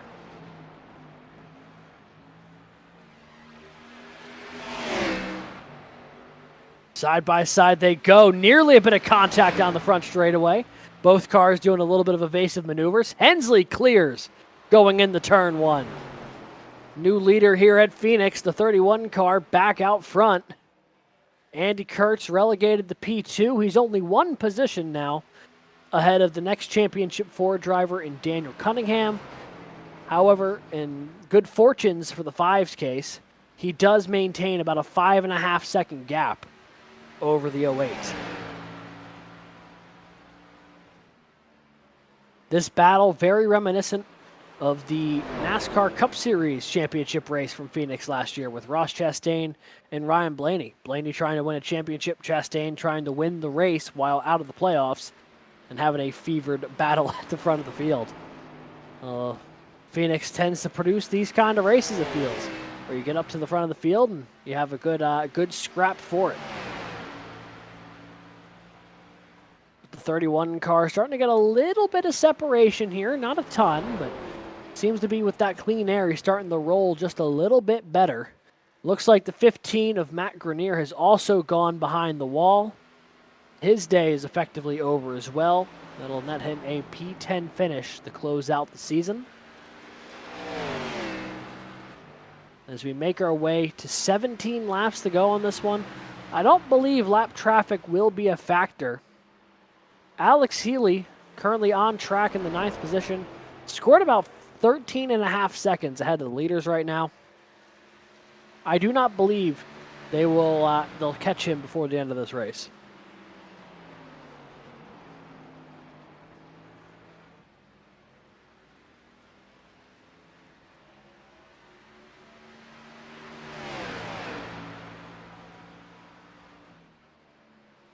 Next time by, 15 laps to go. The miles ticking away in this championship race.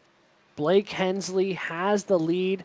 He's looking for win number 2 on the season, win number 2 of these playoffs. Just behind him, Andy Kurtz. Once he's lost the lead, he hasn't seemed too adamant on trying to force his way back up to the front to try and take this lead away. Obviously, if he forces the 31 into a mistake, I have no doubt he'd capitalize. But the man who's led 65 laps here tonight looks pretty settled in there in P2, knowing he's done what he's needed to do to potentially lock up this championship in just a few more miles as things hold. We've got a moment. We'll do one last run through the field before we hit the end of tonight's race. Blake Hensley leads over Andy Kurtz. Daniel Cunningham currently sits in the P3 position, just ahead of the other Championship 4 driver on track, Alex Penn, who's in a bit of a battle here for 4th with Barrett Morton. Man who qualified 11th, looking to take away P4 here. I'll actually watch this for just a second to see if he can make the move in turns 3 and 4. Looks like he's made some ground there through the corner. Got a nose ahead at the start-finish line. Going to drive it deep onto the dog leg, and he will indeed take away P4. So Barrett Morton now up in the 4th. Alex Penn 5th. Lucas Lyons in that 48 machine. He's currently running in the 6th position here, rebounding a little bit from being sent to the tail end of the line for the lap 58 incident. He currently runs just ahead of Drew Prail in that 80 car, who's got a mirror full right now of Sean Kaiser in the 25. That right side of Drew Prail's car also looks like it's seen the wall a couple of times tonight. But Sean Kaiser runs 8th, just ahead of Alex Healy, the last car on track at the moment, running P9 in that 97 car.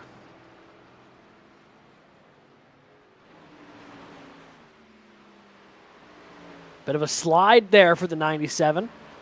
Had to go out and catch that car before it got looped around on him off of turn 2. This is one of those battles on track that we're watching here for P7. Drew Prail and Sean Kaiser battling it out at the line. It'll be 10 laps to go here from Phoenix. This is the battle for 7th as they run.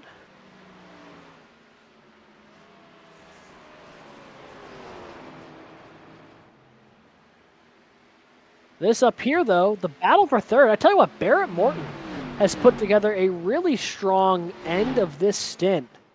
That 9 car has worked his way up to P4. He's closing in on P3. You see the gap there, about 4 car lengths between Cunningham and Morton. That 9 car might be looking to snag a podium finish to round out their season here. And we've seen Barrett Morton a couple of times this year in that number 9 car. Most notably, a 3rd place finish at Nashville. The race that, funny enough, the man he's chasing, Daniel Cunningham, won. So these guys, while haven't raced each other a ton in the OiL Xfinity Series this year, when they have, they tend to find each other out there.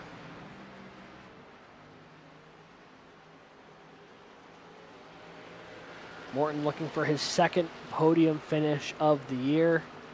Daniel Cunningham looks like he will finish this race with his 10th top 5 of the season, although it won't be enough to claim the championship as things run. He currently sits over 7 seconds behind Andy Kurtz, and with only about 7 miles to go, it would need to be something crazy if anything were to change there.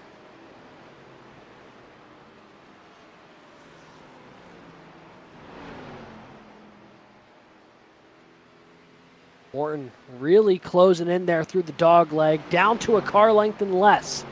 Morton and Cunningham. Both of them get way high there in turn 1. Diamond off the corner, down the back straightaway they go. That 9 car has had a head of steam here in these closing couple of laps. And they'll look to try and take away P3 going into turn 1 this time. Good run through the dog leg. Closed up the gap to almost nothing.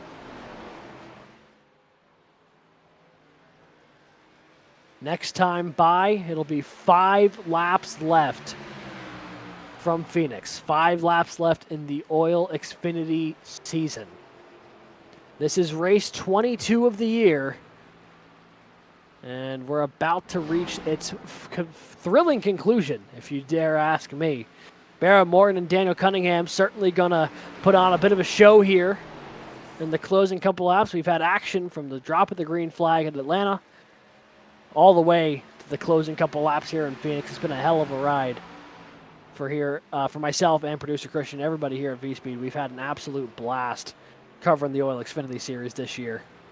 The quality of racing has been unbelievable. We started the season with just banger after banger of races. And it carried through the entire season, if you ask me. Even through these playoffs, as things whittled down and we get ourselves closer to naming an inaugural champion. Morton and Cunningham, nose to tail here at the closing couple laps. I'll ask you there, producer Christian, any chance we could do a little side-by-side with this and the race leader, or no? All right, that is a negatory. That is something I will keep on the wish list for next season.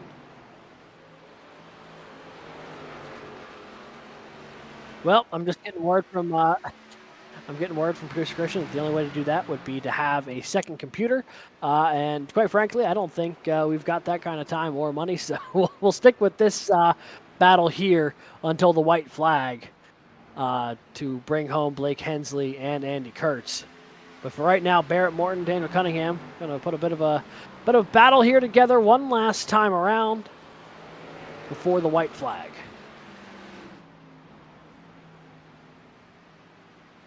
Morton really extended that corner off of 2. Closed that gap back up to the 08. The matter will be if he can make the move and make it stick. There he goes, diving down the dog leg. Going to try and take his chance here in the turn 1.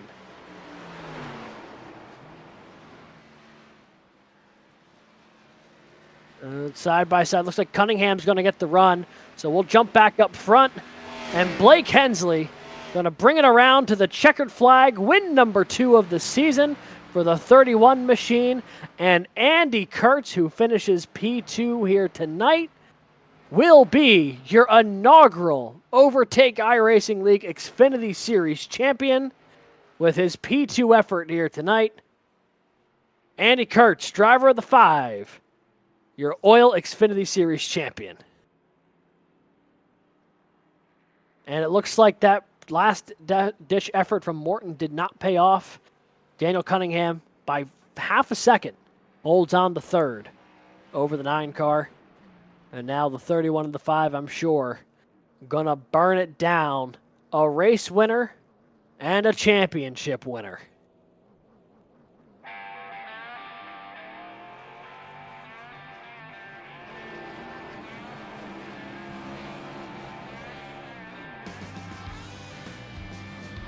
Andy Kurtz started this season with a 19th place finish at Atlanta. Did not even crack the top 15 in his first ever race. But then he followed that up with a top 5 at Michigan and then a win at Gateway, the 3rd race of the season. Showed us that he was someone we were going to have to keep an eye on. As you see, he is freewheeling into the infield here as Andy Kurtz. He's found his little entryway. Going to burn it down on the infield. Then Andy Kurtz would have a relatively quiet back half of the regular season, make the playoffs, courtesy of his victory at Gateway.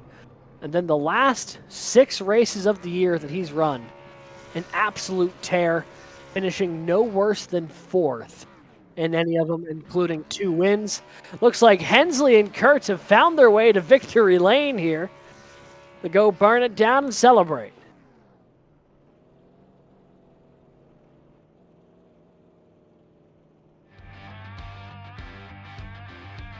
So, Andy Kurtz, your champion. Daniel Cunningham will finish 3rd here tonight. Alex Penn 6th. And Michael Kostick 11th with that pit road issue. What a wild conclusion to what's been an incredibly thrilling season all year. And producer Christian, I'll ask you here how you want to handle. Who would you like to talk to first here? All right, we're going to take a very brief commercial break, and when we come back, post-race interviews with your new champion, the race winner here tonight, and your podium finishers. Don't go anywhere. You're going to want to hear what they've got to say.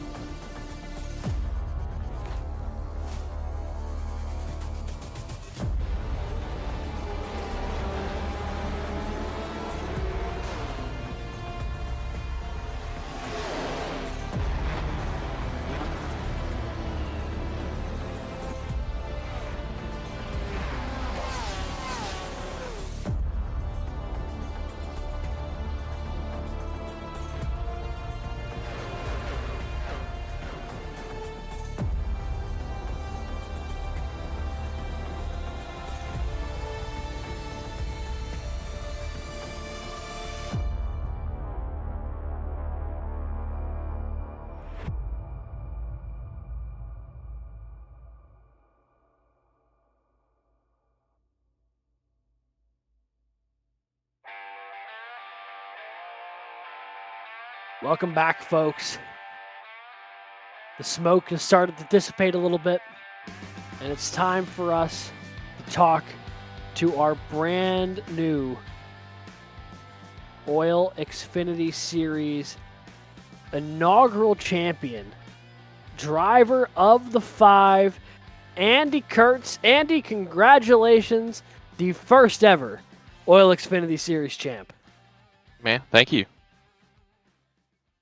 Cool stuff, man. You finished off tonight. Solid P2 effort, led a ton of laps in the process. Want to hear your thoughts on the way this race developed tonight? It seemed like you and Kostick were going to have quite the duel to try and be the first ever champ, and then looks like that final pit stop left you standing alone at the top of the mountain. Yeah, man. Yeah, definitely. Definitely feel for Mike. He, I think he was a little bit quicker than me, and I think I just got out in front of him that second run just because of where we lined up on a restart there and passing a couple of people. So I figured the race would really be won on pit road on that green flag pit stop, just with how tough it was to pass. But I think he could have still gotten around me. So yeah, really tough to see him get a speeding penalty. Yeah, just you know, I'll certainly take it. And yeah, just had a lot of fun this season, and had a lot of fun racing Blake there at the end. As much as and you probably saw it on calling the race, but as much as I wanted to race him real hard and go for the win, I had to think big picture. So I think we made contact once or twice, just a little bit, just good hard racing, and decided to slide in behind him. So congrats to him on the win. Yeah, I was going to ask you about that. What was going through your mind there? Say like 20, 30 laps to go. It's you and the 31 battling for the race lead. How badly did you want to go out there and try and get the race win as well versus having to remind yourself that, big picture, at the rate you were going, P2 was still going to probably net you the championship? Oh, that's like the toughest thing, man. I mean, in my head, racing him, I figure with how tough it is to pass, I was like, man, I could just stay on the top. I don't think he'll get around me on the bottom. And I was telling myself, like, man, champions don't pull over and let people win. But then I Yeah. told myself too, I wasn't a champion yet, so I got to just play it smart and slide in behind him. And I think had a couple seconds on Daniel. So awesome to see him get second in the championship as well. That is honestly very wise words. I really like that quote. Champions don't let people go on by, but you hadn't necessarily locked it down yet. So wise words to live by for sure. While you're up here, we got to ask you this season as a whole. I mean, it's a long season. It was 22 races. I think you were in 20 or 21 of them. I mean, you ran quite the schedule here. For the OiL Xfinity Series. What was it like running OiL this year in the first ever season of OiL Xfinity?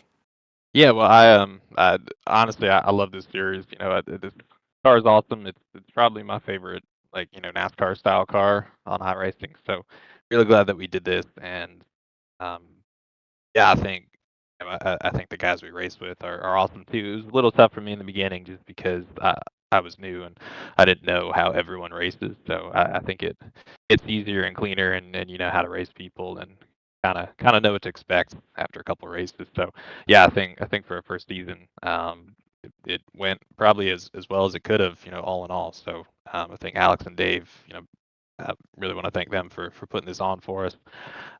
Yeah, I was nervous last week, so I had to travel for work, so I could not make Martinsville, and luckily I had my provisional, which got me into the Final Four here. So really lucky about that. That's probably my best return on my investment I ever had. Paying my entry fee last week. So yeah, all in all, I think it went well, and yeah, had a lot of fun. Awesome. Well, I'm glad to hear that. And yeah, that provisional seemed to work out in the best way possible for you. It gave you a chance here tonight, and one of the only cars in the championship Ford that didn't have anything go wrong for him here, and you were able to capitalize, and you get to call yourself a champion now because of it. Again, congratulations, dude. That's honestly really cool stuff. No one can take away from you now that you were the first ever OiL Xfinity Series champ. That's pretty cool. And anyone you'd like to thank or shout out here, not only for the race tonight, but just for the season as a whole. Yeah, man. Yeah, definitely. say first and foremost, really want to thank my teammates at Bandit and C2. I mean, they're really the ones who got me over here racing with these guys. And we had a big group of guys all season in the truck series, well, and really in all three of them. So really cool to hang out with them, and I think we all stuck it out and did really well overall. Got a bunch of wins and just had a lot of fun. And these guys are really good, and I learned a ton from them. So yeah, definitely want to thank again everyone at Bandits and C2, and of course, like I mentioned, just Alex and Dave and just everyone who put this together. I have no idea what goes on to put together a league, let alone one that runs 3 different series, and you got a lot to take care of and make sure everyone's happy. And yeah, so really appreciate them for doing whatever they got to do just to let us, at least like guys like me, just show up for a couple hours every week and race and have fun. So really appreciate them, and yeah, just thanks to everyone in this league, and of course you Alrighty. guys putting on the broadcast for us every week. So we'll be looking forward to Well, this one for sure. pre- So thank you.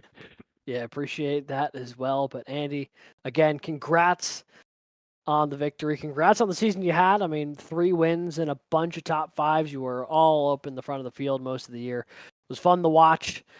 Congrats, and we'll let you go celebrate down there in virtual victory lane. Cool, man. I appreciate it. Thank you. Alrighty.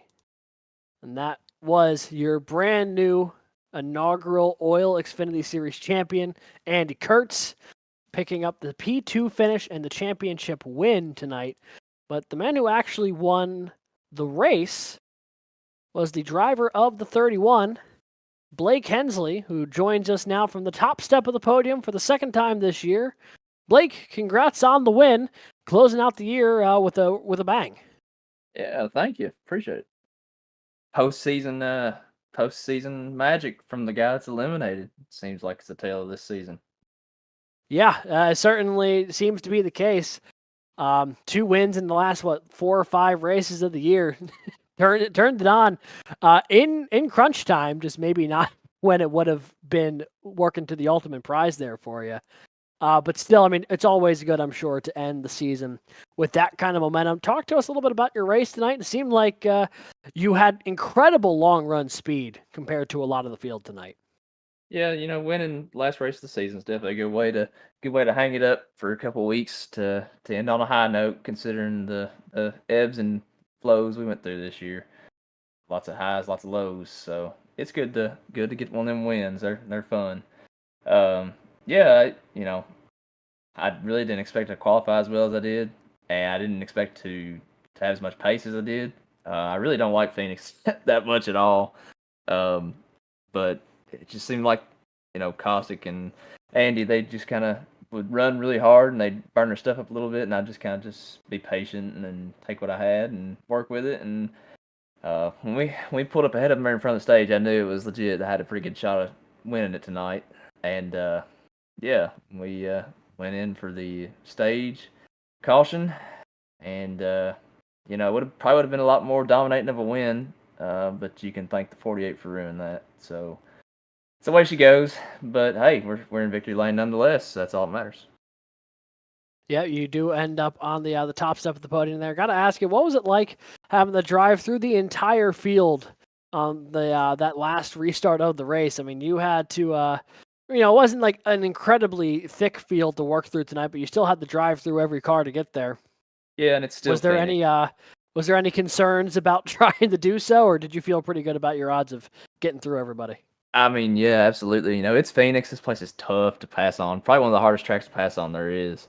And I was already frustrated because of the caution and getting spun out. I was really glad we didn't get hit in there. I don't know how we didn't, because I watched, I think, Sean and Barrett and a couple others just come barreling right towards me. I'm thinking, well, there goes this. But we got to the restart there, and we had a little checkup on the restart. I don't know if somebody was in a wrong gear or what, and I noticed Lucas was in front of me. He took off in front of me. I'm like, well, this is just fantastic. I get spun out, get put to the end of the line. He gets the end of the line penalty, and then he takes off before I do. So I'm like, well, this is great. It sucks.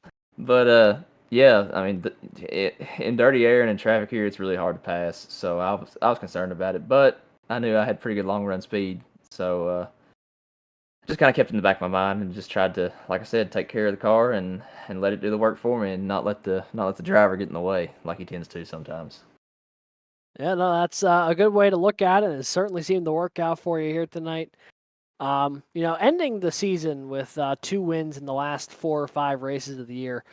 Good momentum going into next year, obviously. I mean, it's a little bit of a ways away, but how do you feel if you are returning for a season 2 here of OiL Xfinity? How do you feel about your odds knowing that you really were running at the front of the field basically every race throughout these playoffs here?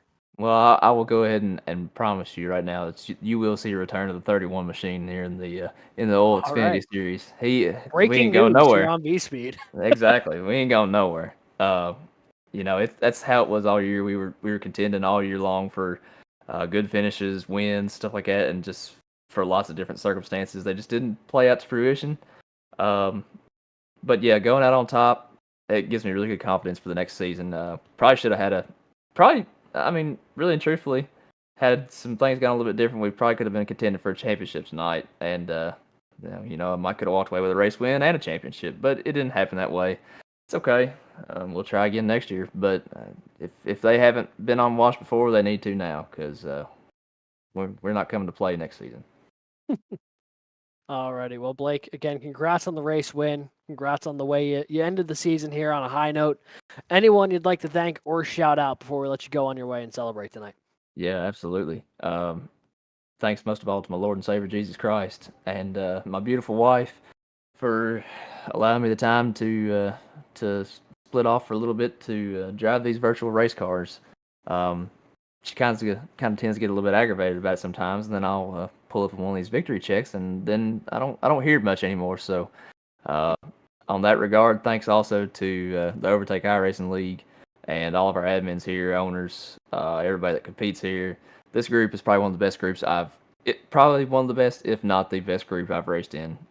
Best ran league, best league competition wise. It's just I can't sing the praises enough about OiL. Big shout out to Smyrna Ready Mix Concrete and Holland's Head Mixer Company and Holland's Head Cement. We've said it once, we've said it a million times that if you're looking for quality concrete with unmatched service, brought to you by the world's fastest virtual concrete mixer truck race car, it doesn't get any easier to get that out. If you're looking for some of that, call that number on the side of the car there, 270-834-8096, or look for a plant near you, and we will be there to service your needs. Shout out to the Races for Christ ministry. And you all guys here at Vspeed for an amazing broadcast. It's always good to be able to share that broadcast and let everybody watch, and they're all in awe about how well of a broadcast it is. Seems like they always say about how it's so close to being like real life. So I, can't sing the praise for you guys enough. And once again, shout out to everybody here at OiL. It's been a great season. Hate to see it go already. Went by fast, but we've for sure had a blast. It was a ton of fun indeed. Thank you for the kind words, and couldn't agree with you more. It seems like everyone was having a good bit of fun out there with OiL this year, and looking forward already to when the season comes back around in a short little while for season 2. But again, congrats on the race win there, Blake, and we'll see you next season. Thank you, guys. Y'all have a good night. You as well. And that was our race winner, Blake Hensley, picking up the win here tonight. And now we're going to talk to our third place finisher, who finishes on the podium, but comes up just one spot short of the championship here tonight. Third place finisher, Daniel Cunningham. Daniel, congrats on the podium finish, although I'm sure you would have liked one more out there. Yeah, definitely would have. Kind of like a fat girl at prom, just standing on the sidelines wishing. So yeah, it's happened a lot to me in various series. It's actually not the first time I finished second to Andy for a championship either, but the last time I was a lot closer than I was on this one. So congrats to him. He was good all season and really fast tonight. He's definitely him and Kostick were probably the two fastest ones out of the 4 of us. Yeah, they certainly seemed to be up front a good bit of the race until some pit issues befell the 8 car. Seemed like you were getting closer as the night was progressing.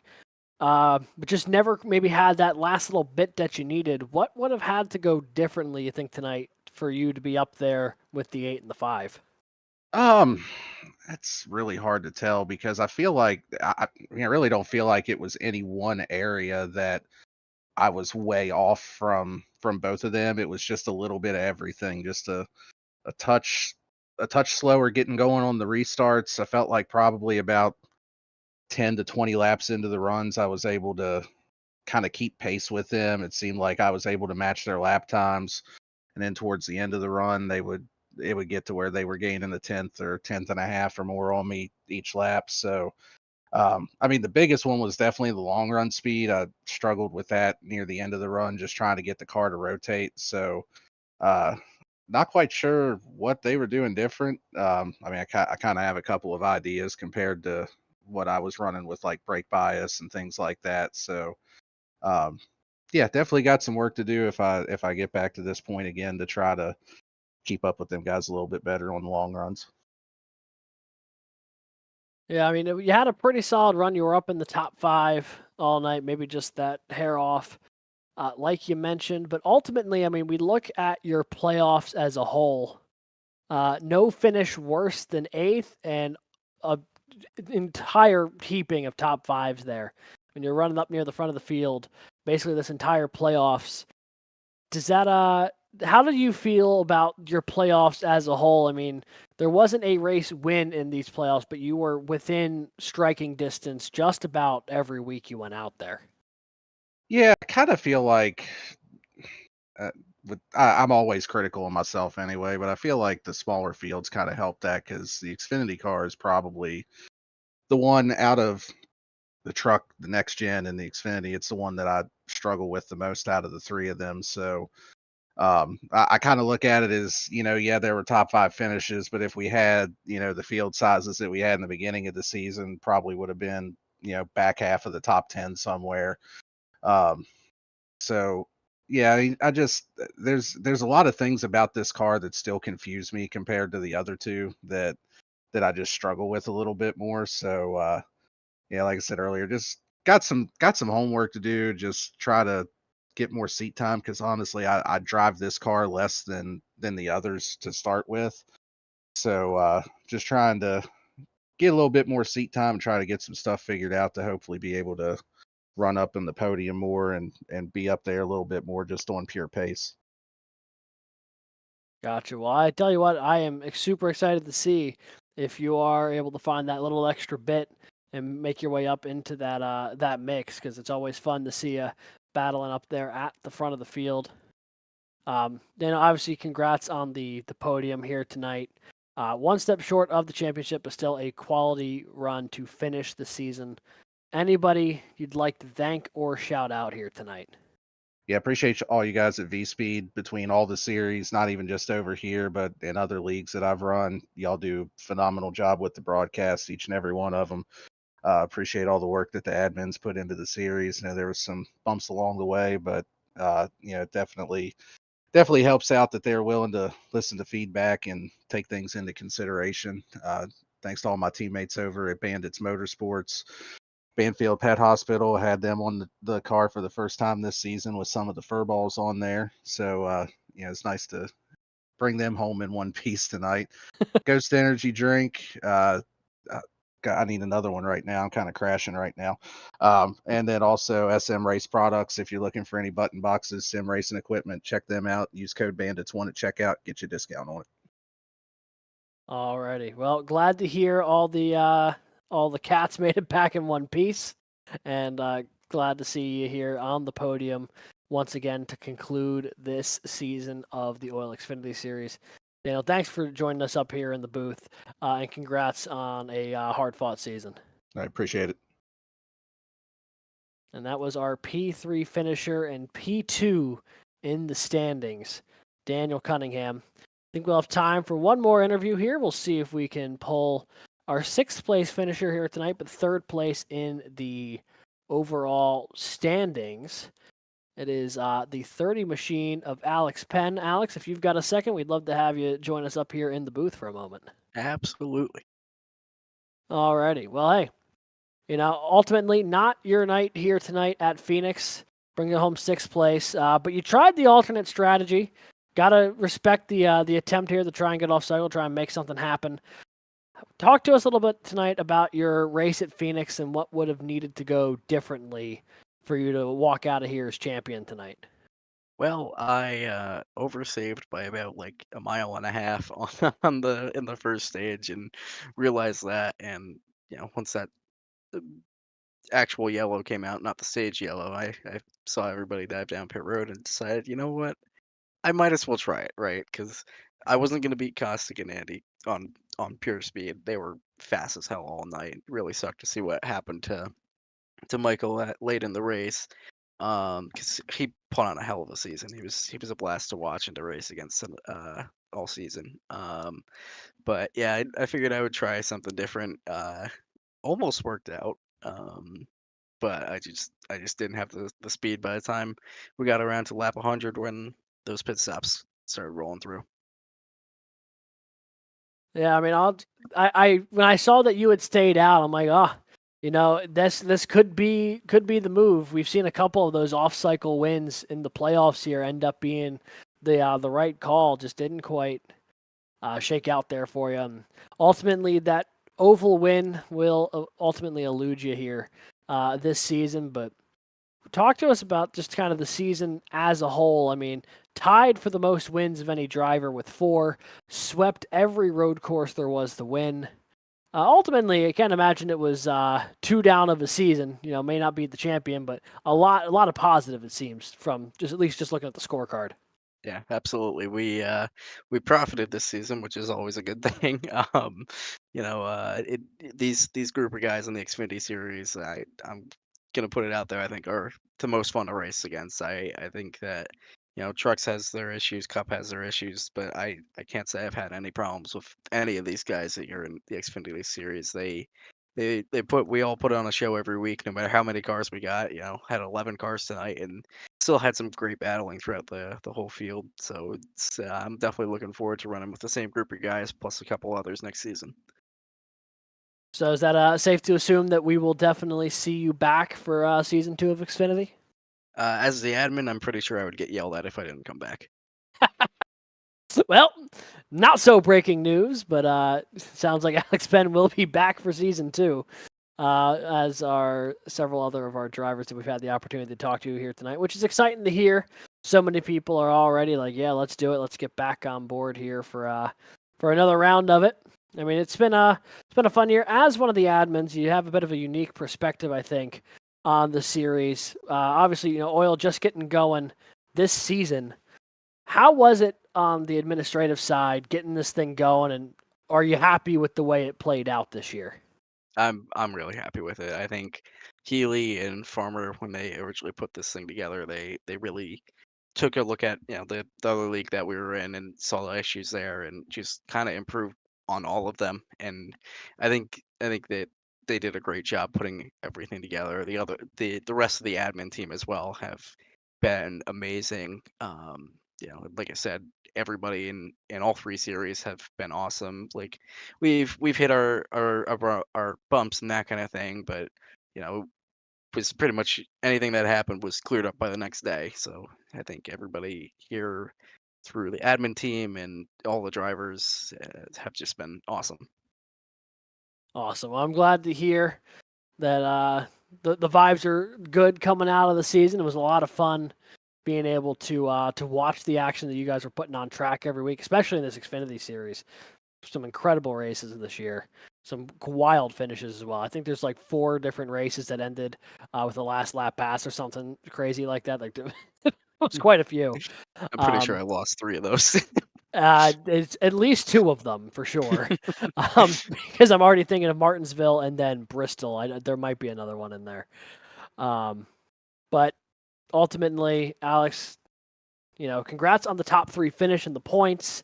Might not be the championship, but still a really solid run from start to finish, tied for the most wins in all this year. Anyone you'd like to thank or shout out here while we've got you in the booth? Absolutely. You guys for putting on the broadcast every week throughout all 22 weeks. That's been awesome of you guys. like I've said already a couple times tonight, the admin team. You got Healy, you got Farmer, Cody, you have Mark Cofield, and everybody else on that team that I can't think of off the top of my head right now because they're not in the list on the right side of my screen. Um, all the drivers who have ran all 3 series, we get to watch the amazing fight between the Cup Series guys tomorrow night. That's gonna be awesome. Watching from on top of Radburn Shutters' pit box, and of course the guys over at Cornerstone Motorsports. We put on a great show this season, picked up the team championship, so that's pretty huge. Um, Aerial Professionals of Western North Carolina, Function Junction Smoke Shop, GG's of Waynesville, North Carolina, Glory Pole, Mountain View Detailing, Waynesville Tire, and Skip Barber Racing School, who were on the car tonight. Alrighty. Well, hey, congrats, Alex, on the season that was. And I think I speak for basically everyone watching and those who participated in that. Everyone's excited for when season 2 kicks off in a couple months. Absolutely. Thank you. Alrighty. And that was 3rd place in the points here tonight and 6th place overall. Driver of the 30, Alex Penn. And with that, folks, I think it's time for us to take a quick look at our final results from tonight. And then a quick final thoughts from Christian and I. And then we will call it for the evening. But Blake Hensley, your winner here tonight, 1.5 seconds over Andy Kurtz, your inaugural OiL Xfinity champion. Daniel Cunningham brings it home 3rd. Barrett Morton, strong run tonight, up from 11th to finish P4. And Lucas Lyons rallies back for a P5 finish there after starting 9th. Alex Penn finishes 3rd in the points with his 6th place finish this evening. John Kaiser 7th. Drew Prail 8th.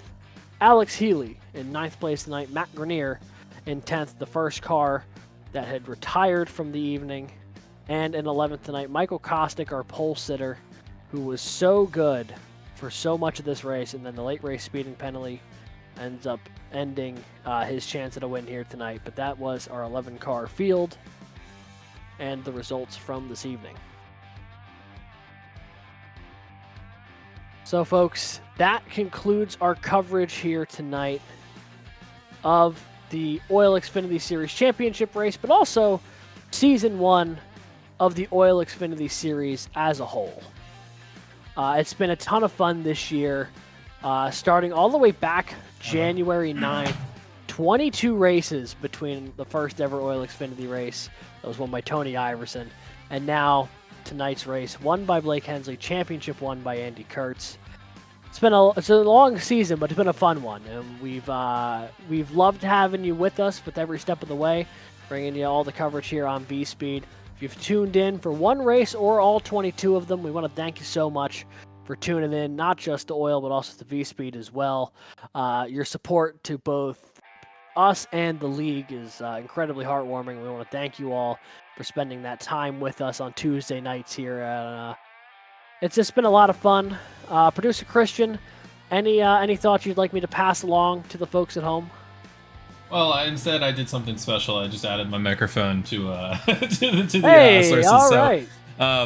Yes, hello. This is the mysterious person behind the buttons. I'd just like to thank everyone for watching this past season. It's been 22 weeks, which is almost half a year. I mean, half a year would be, what, 26? Yeah. Yep. So we're just 4 weeks, a month shy of an entire half a year, which is exceptional. I think they did a great job this year. Great racing, probably some of the best I've seen. I forget who said that. I think that was Cunningham or Hensley. It is some of the best racing I've ever seen. So congratulations to those guys. Congratulations to Andy Kurtz. I'd like to thank Alex here for being the sole commentator. I know it's very difficult to do, so I appreciate him. Actually, you guys have heard my voice every once in a while. But anyway, thank you to Alex. Thank you to everyone who ever filled in for any times that either Alex or I were out. And yeah, it's been great, and love to see you guys next season. Alrighty. Couldn't have said it better myself there, Christian. You know, it has been quite the ride. But we've had a blast every step of the way. We are indeed looking forward to Season 2. There will be some announcements going out for it, I'm sure. I think it's going to be a couple months from now. but that much is, I believe, still in the air. So with that being said, I think that is all we've got for you here tonight. So on behalf of everybody here at Vspeed, on behalf of producer Christian, who popped in here, and myself, everyone at the Overtake iRacing League, thank you for tuning in to tonight's championship race. Thank you for tuning in all this season to the inaugural OiL Xfinity Series. Can't thank you enough for hanging out with us, for watching some sim racing. And we'll see you on any one of Vspeed's many races that broadcast throughout the week. And if you're strictly here for OiL Xfinity content, we'll see you in a couple months when Season 2 of OiL Xfinity kicks off. Thank you, and good night.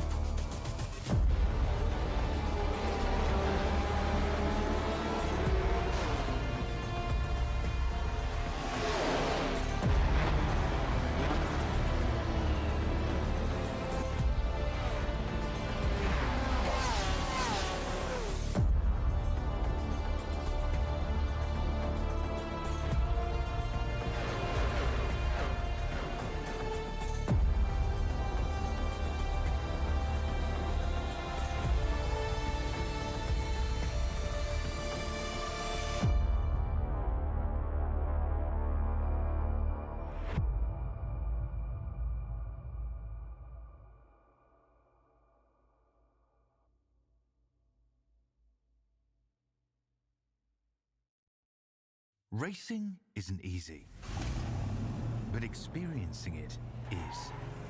iRacing puts you in the driver's seat with the industry's leading sim racing game. Drive on laser scan replicas of the greatest racing circuits from around the world. Go head-to-head against other drivers chosen by skill-based matchmaking to ensure competitive racing at every level. Compete across all your favorite series. In officially licensed cars, engineered to deliver the most accurate driving experience possible.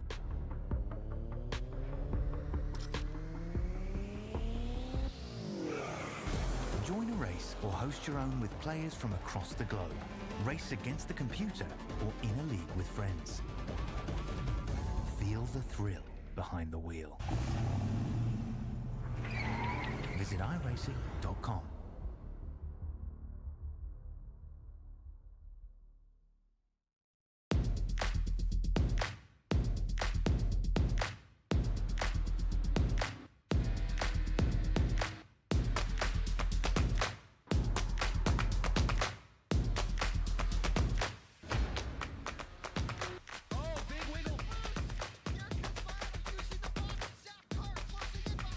And here comes Milo, big run out of 4. He's going to be there. Tristan Martin's there. Cannot count out to 37. Oh! No, gets burned! Cabot, where did he come from? Here comes Zwack. A punch from the 33. It's a drag race. The